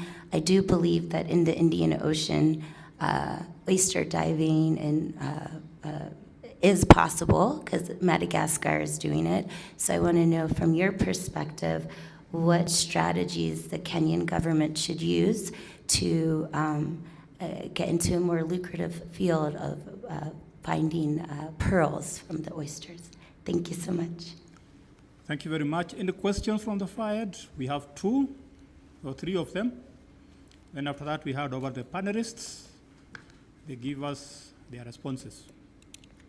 Good afternoon. Thank you very much, our moderator, Professor Iraki. I also, like the others, want to thank Excellency Ambassador of Japan to Kenya, His Excellency Matsura, and our keynote address, Professor Yamashita, and the other panelists and colleagues. Mine are 2 questions, and like the previous speaker, I'm delighted about this topic because I also come from a lakeshore community. And so this discussion for us is front and center. I want to ask about the issue of gender and the scope to study the gender roles involved in fishing. Not just the issue of the beach management unit, which is very important, but the actual role definition in fishing as a sector. I think all of us who are close to fishing communities, the fisher folk, we call ourselves fisher folk, would know that fishing is really, by definition, not a woman's role. And so there's a lot of cultural intelligence around how to promote fishing in those communities. We know that currently even women who engage in fishing usually do it at their own peril, both occupationally, health-wise, and also sexually, and that they are harassed as they do that. We know that their role is only that of, in quotes, being the middle man, but middle woman. They're not allowed to go out on the boats. There are many reasons for it. Some of them are really beneficial. On the other hand, what can we do to give them a role that gives them an income and gives them more dignity, preserves their health and their families? So I'd like to ask us, have any of you studied this? Are you able to? And how can we support a study that goes into more of the socio-cultural aspects around gender and fishing? I want to go forward and ask about how we can promote and champion fishing as part of the blue economy, and look at what we can do to put academia and our research, academic and intelligence institutions at the center of what we're doing. We have lots of technical universities or technical colleges around the lakefront and even at the coast. Can we not upgrade them into a university of marine science and technology, and have the University of Nairobi working in partnership with Moi University and others to promote the study of marine science and technology, and then bring to the table with fishing the issues of aquaculture, aqua sciences, aqua business, engineering, and technology, because we know all of those would then promote the need to look at fishing. And I'd like to challenge those of us who are here in academia to start to think about being the champions for this sector-wide working together, collaboration and synergy around the issue of the blue economy and fishing. Thank you very much. Thank you very much. I hope the others will ask only one question so that we have time for the respondents. Thank you very much. My name is Peter Daito, and I am from Horn of Africa and Middle East Institute. My question goes directly to the governance gap that was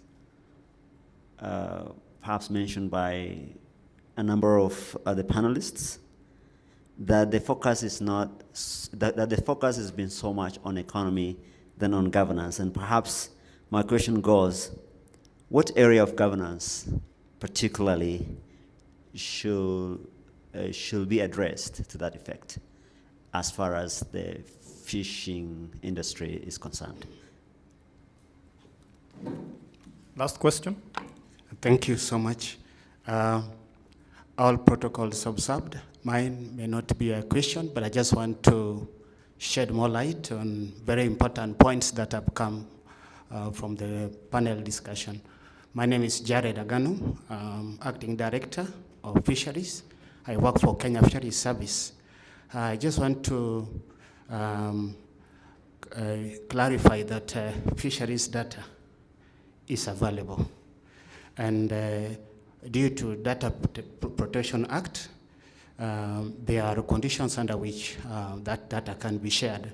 But once the data has been validated through stakeholders, key stakeholders' participation, we upload fisheries data annual statistic on our website. So maybe I'll try to guide on how that data can be obtained.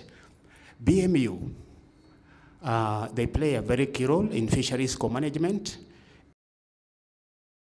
A law. They are established by a law, and they have a regulation, and women constitute by that regulation 30% in the leadership. While they don't play a key role in the production, that they don't go fishing, but women are owning boats. So from Lake Victoria, where I've worked for about 8 years, I've worked in Lake Turkana, I've worked now in the Indian Ocean, they play a key role at that level, at the production level, where they own boats. And then they play also a very important role along the value chain in the market, processing, and trade. Thank you.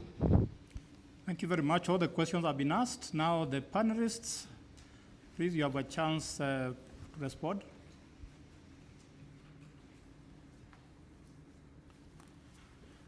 Thank you very much for the good questions. I don't know how I should answer the questions, but I would attempt the one okay.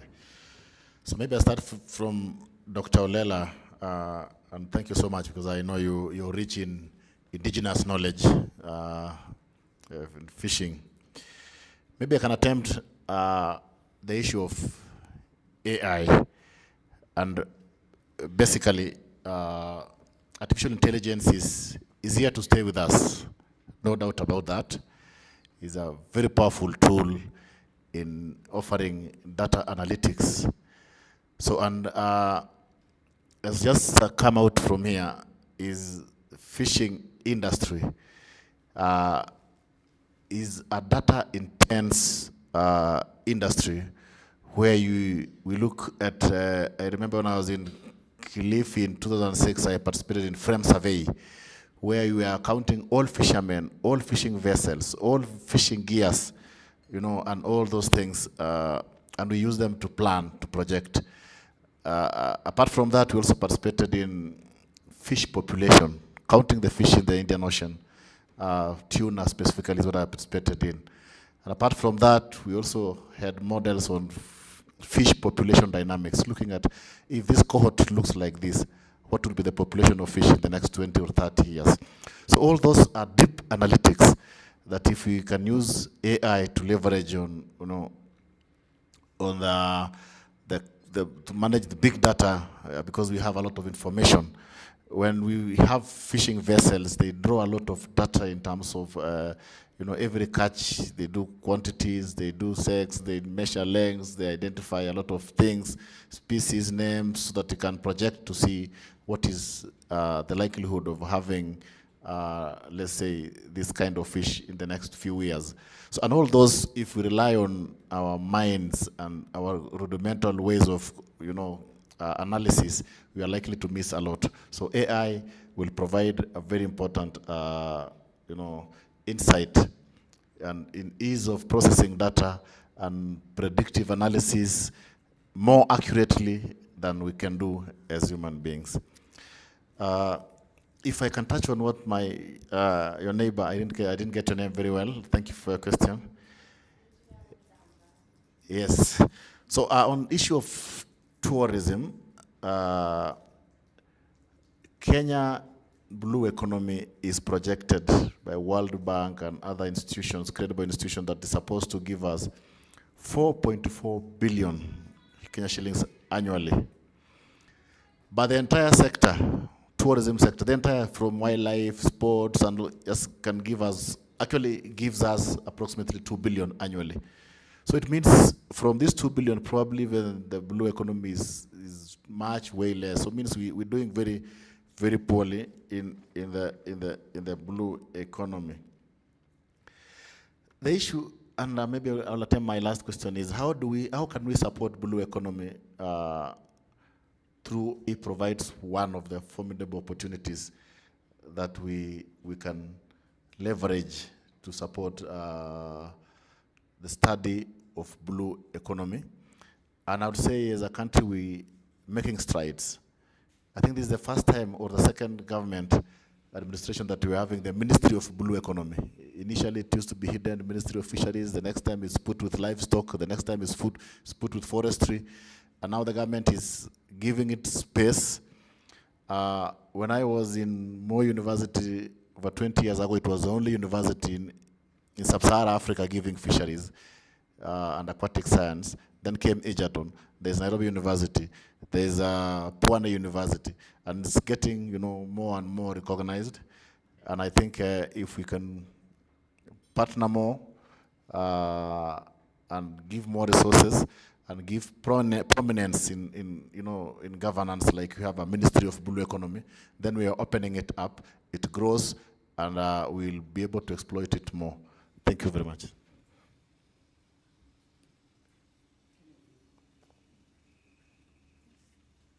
Okay. Before I go, maybe would you like to? Oh, okay. Thank you very much for the questions directed to me. I am not sure whether I can answer properly or not, but let me just give you some of the comment that I thought of. One is the question from Jensen about FOIP and how it is, how does it mean for Japan? Actually, this is quite a policy-oriented notion that is not really an economic things. And then that is why it's very difficult for me to precisely explain the meaning or the significance of FOIP. But what I think is that we are not facing to the Indian Ocean, and you are not facing to Pacific Ocean, but the oceans are connected each other. And we are looking for some gateway to the Indian Ocean, and Kenya will be one of the most prominent candidate to make our connection between Indian Ocean residents and the Pacific Ocean residents. And so this is one of the answers, but I cannot go further. The second question, which is given to me, is about the tourism. And well, actually, we have about 3,000 fishing villages, and not all of them are suitable for tourism because of the location. Like, for example, one of the fishing villages called Usui in Kyushu area, it takes more than 2 hours drive to the Cape, and that's a very good fishing ground. But then road is very narrow, and it's very dangerous for normal tourists to go there. So instead of inviting tourists, they're making a kind of a processed food. They do a cottage business, and then make it refrigerated or cold, putting in a cold storage, and bring them to whoever who wants to buy like a kind of an e-commerce basis. So the tourism is one of the options, but not applicable to all. One of the candidates, what I think right now in Japan is that so many tourists are coming, and we call it over-tourism. But many of those foreign tourists do not know the remote island. We have so many remote islands, And those are, and about out of 10,000 islands, only 400 rehab people are living there. And they have a periodical vessels, boat is going back and forth. And that will be one of the candidates for foreign tourists to spend some time in a remote island, doesn't it? Sounds nice.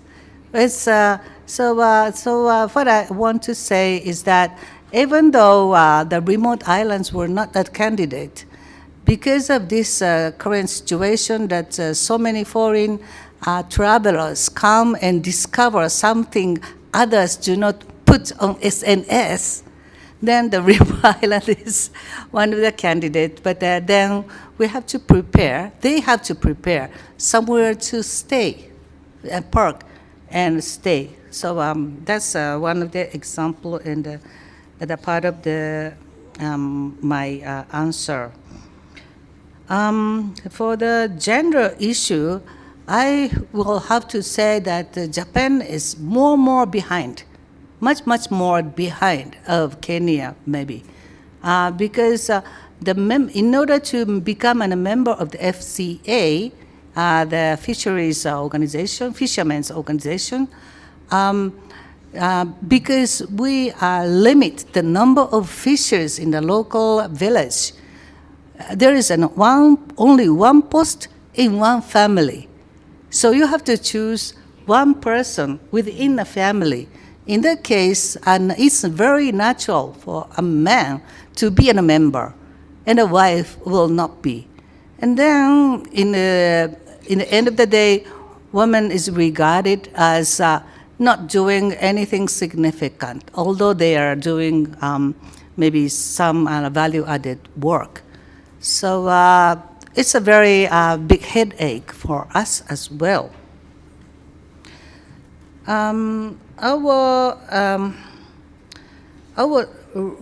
now, I don't think of anything else. Oh, just let me tell you one thing about the data correction. I do not know whether this can be applied to Kenya or not, but not AI yet, but the IT technology is coming into the fisheries. And what they are doing, like, for example, the university experiment is that they have a very small device, something like this, a ladder, and then they put it, with the permission of the fishers, they put underneath the bottom of the boat. And then automatically the places they go will be recorded and reported to the university, not to the rivals in the fishing village, but to the university. And they correct data and then find that whether it is a suitable fishing ground or not. At the end of the day, they correct and they find it. And then that facilitates a fisherman to go to take on a fast track to look for the fish. So this is one of the technology that I don't know whether it is applicable or not, but it's a very small device putting underneath of the boat. So it doesn't bother the fishing activities of a local fisherman. Maybe this is the end of my story. Thank you for your attention. Yeah. All right. Thank you so much. And thank you to all the panelists as well as the questions. I think a lot has already been said. I will just touch on one or two. So I'll start with, I'm not very good with names, so please correct me, Miss Midamba. So you asked about Bahrain and the possibility of pearl farming in Kenya. I think it's a brilliant idea. It's forward-thinking, it's very visionary. I did marine engineering, so I'm not a fisheries person. But in my experience, while doing my research, the issues that I found within my research, and we have the fisheries people here with us, they can confirm. The issues in Kenya are really far from exploiting these untapped potentials. We're looking at post-harvesting challenges, This is at the very basic. So aside from the hidden demographic challenge, there's the issue, of the small-scale fisheries often losing up to 20 to 30% of their catch because they cannot manage them correctly, and they don't have the technology to upgrade or enhance what they're doing. We have over 70% of the artisanal fishers operating without cold chain access. So these are the fundamentals that I feel should be considered before we get to the pearl mining. However, if there's a possibility for partnering, why not? Please bring that to us, and as Kenya, we're happy to look into that. So generally, it's not just ecological collapse in terms of opportunities untapped, but it's more about looking at the systemic inefficiencies, and I think this is where we are at the moment. From my research again, because this is the experience I have, I found that informal landing sites were displaced by port expansion. Now, this is expected, but when you look at the question of governance, which I think someone asked, this is where we start to look at inclusive and participatory planning and fish farming and blue economy approaches. All right. In my research, I had a very good opportunity again to sit with several, if not all, the beach management units in Kenya. I conducted focus group discussions with them, and each of them had interesting dynamics. One of the groups, they were wiped out when the port expansion happened, and they were not given an alternative of where to fish. So this created a gap for them, and what happened then was they would go and fish in other BMU's territories, and then they have some sort of tension among them. So these things need to be addressed directly. Generally, when I said planning for port cities or just coastal areas as living systems, I was trying to humanize it, and really humanizing it is looking at the people dimension. One of the things that came up again for me was generally looking at how the communities were consulted, how, again, the topic of women came up. Again, she said it very well, sorry I didn't get your name, that there are gender roles and these affect how things go on. But then from Japan is a very beautiful country, they're very organized, and the people are very nice. They have the cottage industry. This women can do and make money from it within their systems at home, while also taking care of their gender roles. So it's just a proposal. I will continue. So Japan, again, in terms of diplomacy, it combines its fisheries diplomacy with marine science. So a lot of times the little research we did, we would actually work with private companies, we would go to the field and report to the cooperative societies, and they were very willing to share. And fleet modernization. This is something really advanced in Japan. Actually, in Oarai Prefecture, we had a chance to take a boat and go out into the water, and they showed us how they use sonar technology to map out the fishing areas. So they choose the most productive fishing area based on that sonar technology and what they see, and then they have, timed. They have controlled fishing times. So these are some of the things that Japan can really share with us. And of course, again, I will not overemphasize the cooperative governance model. This really works in Japan. Just like Kenya, Japan has prefectures, which are like counties for us. Interestingly, they have 47 prefectures, and we have 47 counties. Yes, we do. Yes, coincidence. All right. So their prefectural management unit authority is like our county government. And there are specific roles that each of these systems have. So at national level, there are roles that they have. And please, I'm not Japanese, but anyone can correct me if I'm wrong. You see that this system really works. They feed into each other. So you then have the legal co-management approach, where at the lowest level, the fisheries is the membership, they create the rules, and they have the shared norms by which they operate. If you go higher up in hierarchy, hierarchy, for example, or Rai Prefecture, they have the co-management, which focuses on licensing and fishing rights and the rules.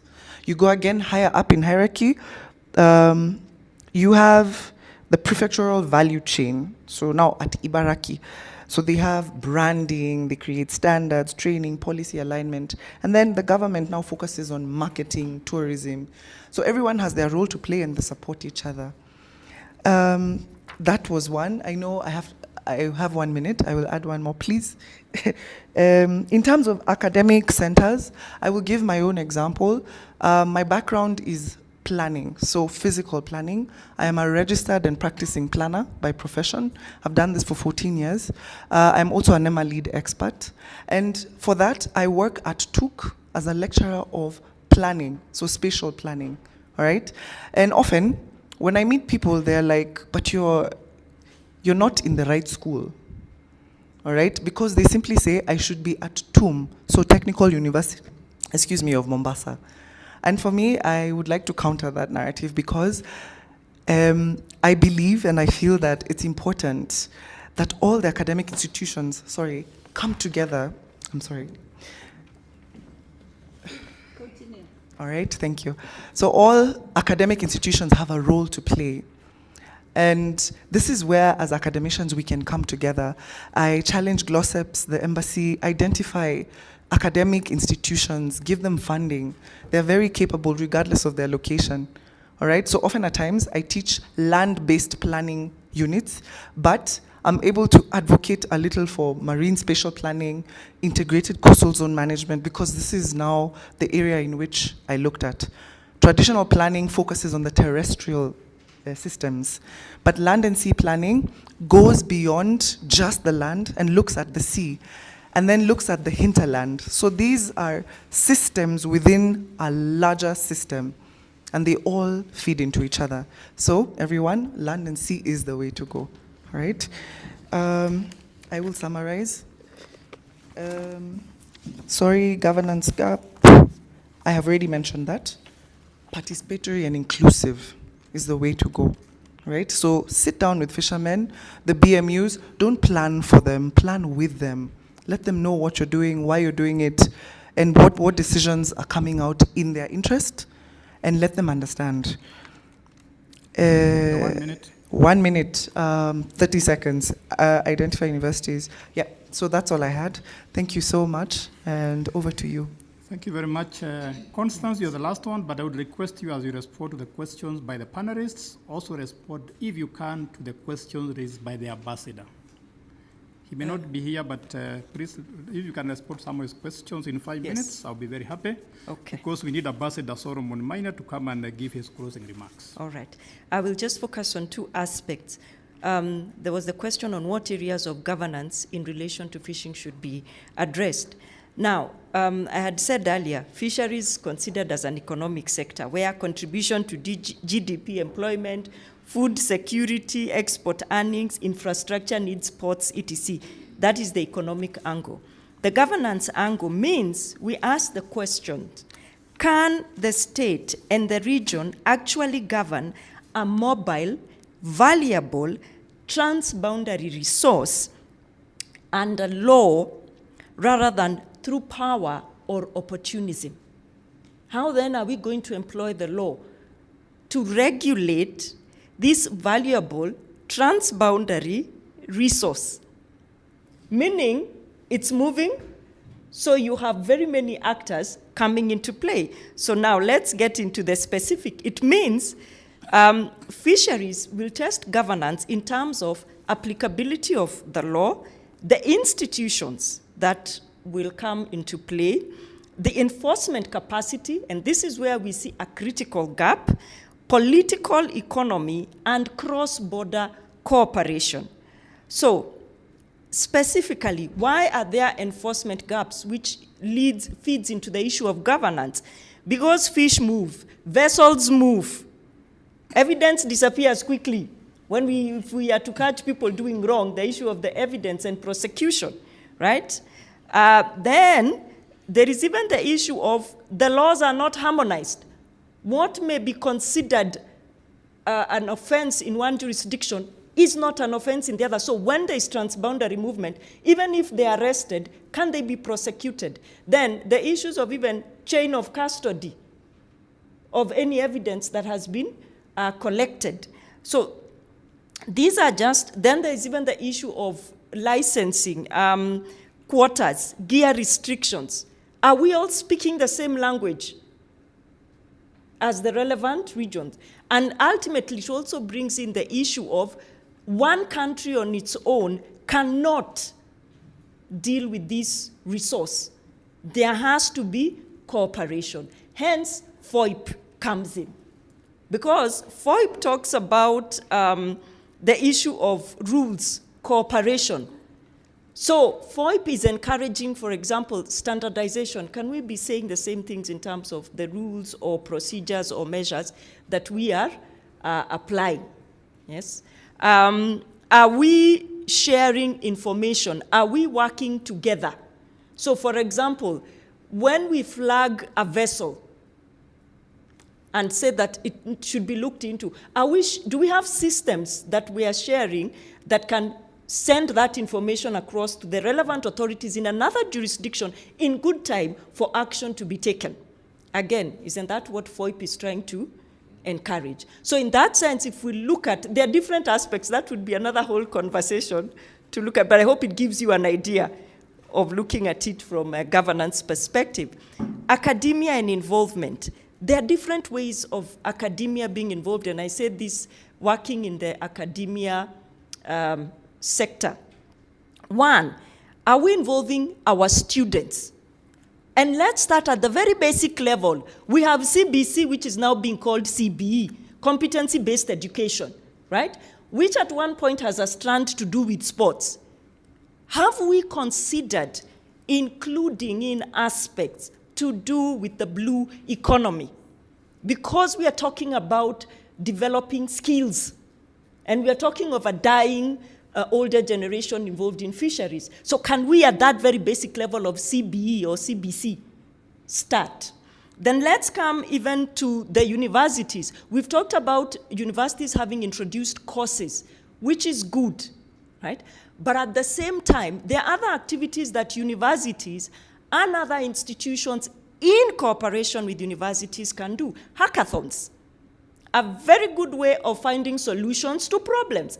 But whenever we think of hackathons in terms of finding a solution like that is computer-based, for example. Create a program to deal with this. But you can develop hackathons where you give a problem and get students in a room, in teams, tell them, find solutions to this problem. Then you see creativity at its best. And there you have fresh ideas. So again, another opportunity for GLOSEP's Japanese embassy to work together. Another level now, the teachers may not take part in the hackathons, but then again, the teachers can take part in research. So research grants. And these research grants can come in very different ways. Let me give a practical example of one that is happening at the University of Nairobi. The Norwegian government has a grant where the Faculty of Law, interestingly, not even the Faculty of Law, has a program we are now, was introduced, it's in a third year, called Women, Children, and Nature's Rights in Environmental Governance, where the focus, it's a Masters of Science, but because of the governance aspect, it's housed at the Faculty of Law. We are now trying to look at these different issues, but looking at them and saying, much research doesn't focus on the women and children perspectives, and specifically in relation to environmental governance. So the research that, for example, the student I was talking about conducted was in relation to that. And another aspect of that course is that you must do field work. We want tangible, real participatory evidence from the people who are actually experiencing these problems. So for example, when I was saying that the women, yes, are included in the BMUs on paper, but practically from the research that is coming out, they're actually not involved. Why? Because when they give ideas, those ideas are not taken into consideration. The ideas of the men carry the the day. So you see, there is a gap. In law, in the books, it's there, but practically, it's not. So you see, through that kind of research and such programs, then academia gets involved, and I will not talk much more. Thank you very much. I think there are a lot of questions we can keep on addressing. Dr. Asembo, you can see there is work ahead for you. Probably we needed a whole day here to discuss this issue. Everybody is passionate about the blue economy, fishing, and so on, not just because of health, but tourism and other economic issues. Thank you very much. Please give a clap to the panelists. And with Dr. Asembo's permission, I can call Ambassador Solomon Maina to come and give his closing remarks. Thank you very much and have a good afternoon.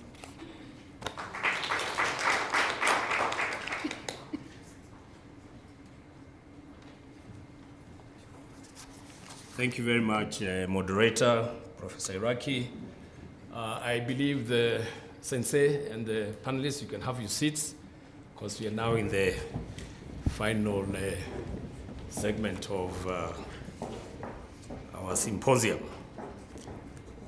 Let me also join Professor Iraqi in saying that I think the discussions were just starting to pick up when we got overtaken by time. My work here is kind of easy. I'm supposed to give the closing remarks. Our chief guest, Professor HARUKO YAMASHITA, His Excellency Ambassador Hiroshi, Japan's ambassador to Kenya. He has left because of some other engagements. Brigadier Retired Wilson Boynet, Chairperson, GLOSEP's Council of Advisors. I've just noted Dr. Gerard Agano, who's the Acting Director, Kenya Fisheries Services. Dr. Kennedy Asembo, the Executive Director of GLOSEPS, the National Intelligence Research University, Ministry of Planning, Ministry of Mining, Blue Economy and Maritime Affairs, Kenya Marine and Fisheries Research Institute, United States International University here in Africa, GLOSEP Council of Advisors and Research Fellows, esteemed scholars, distinguished guests, ladies and gentlemen, good afternoon or good evening. On behalf of the Executive Director of GLOSEPS and all participants, I'm honored to convey our sincere appreciation to everyone who made today's GLOSEPS Japan public lecture a resounding success. First of all, our deepest appreciation to our chief guest, Professor HARUKO YAMASHITA. Your illuminating presentation on promoting Kenya Fisheries, Blue Economy, and FOIP, Japan's experience as a reference, has provided us with not only scholarly insights, but also practical, transferable lessons from Japan's maritime and fisheries development. Your lecture masterfully framed the blue economy as the integration of the marine industry for blue economy, vitality, hometown stewardship for ecological and social stability. You challenged us to think critically about who benefits from policy and how to prioritize interventions, whether for immediate livelihood support, for long-term rescue security. The comparative lenses on Japan's fishery cooperatives and Kenya's beach management units was particularly instructive, highlighting both the urgency and the pathway towards effective community-based resource governance. Your emphasis on parallel projects, government leaderships in high-cost long-term initiatives, and the need for economic and environmental stability offers Kenya a clear, actionable blueprint. Distinguished guests, we are equally grateful to His Excellency, the Ambassador who has just left, for his unwavering support, foresight, and commitment to fostering intellectual exchange and strategic dialogue. Your leadership underscores the depth of Kenya-Japan cooperation and the shared vision that guides our long-term partnership.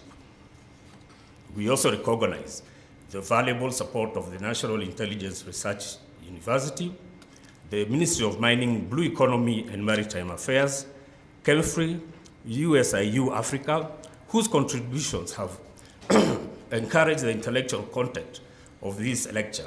Your contribution exemplifies the partnerships that make GLOSEP's mission possible, linking research, policy, and practice across Eastern Africa and beyond. Ladies and gentlemen, you will agree with me that today's lecture has reinforced several critical priorities for Kenya. Number one, the need to review blue economy as an integrated system, linking food supply, job creation, environmental protection, and climate resilience. Number two, the importance of learning from Japan's historical journey from post-war coastal revival to grappling with overfishing to provide similar pitfalls and accelerate our sustainable marine.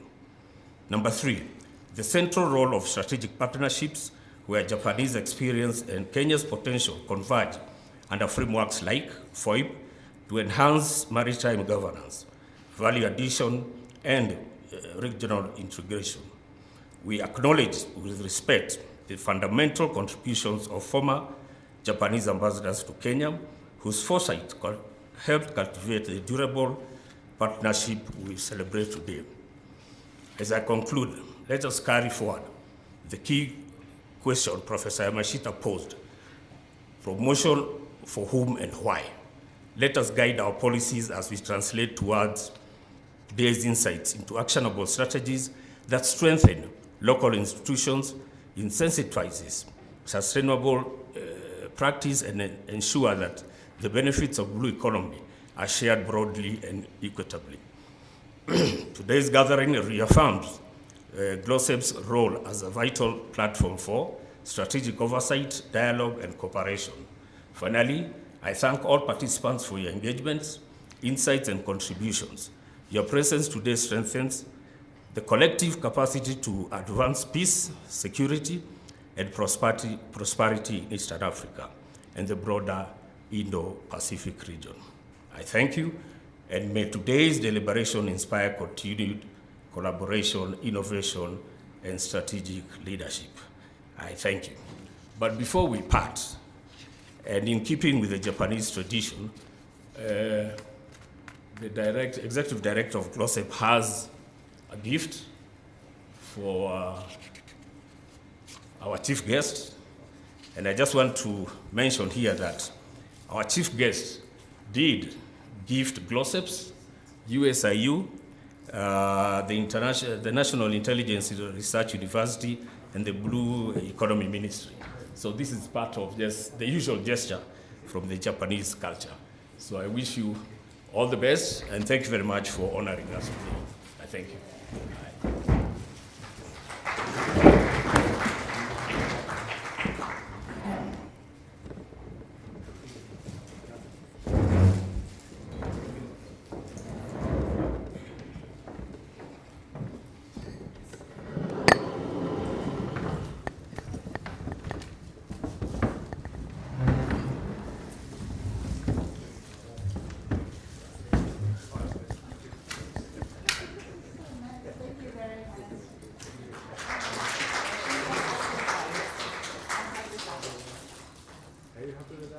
Yes, that's very nice to have this.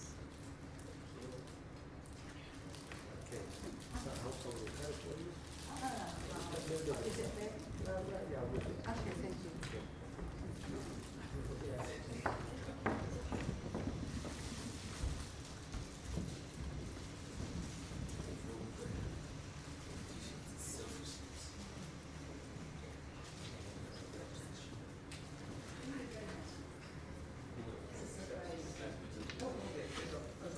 Distinguished ladies and gentlemen, we are pleased to have had you in our session. We kindly request you to, we proceed outside for a photo session, and then a networking session and a refreshment thereafter. Thank you. Just outside there.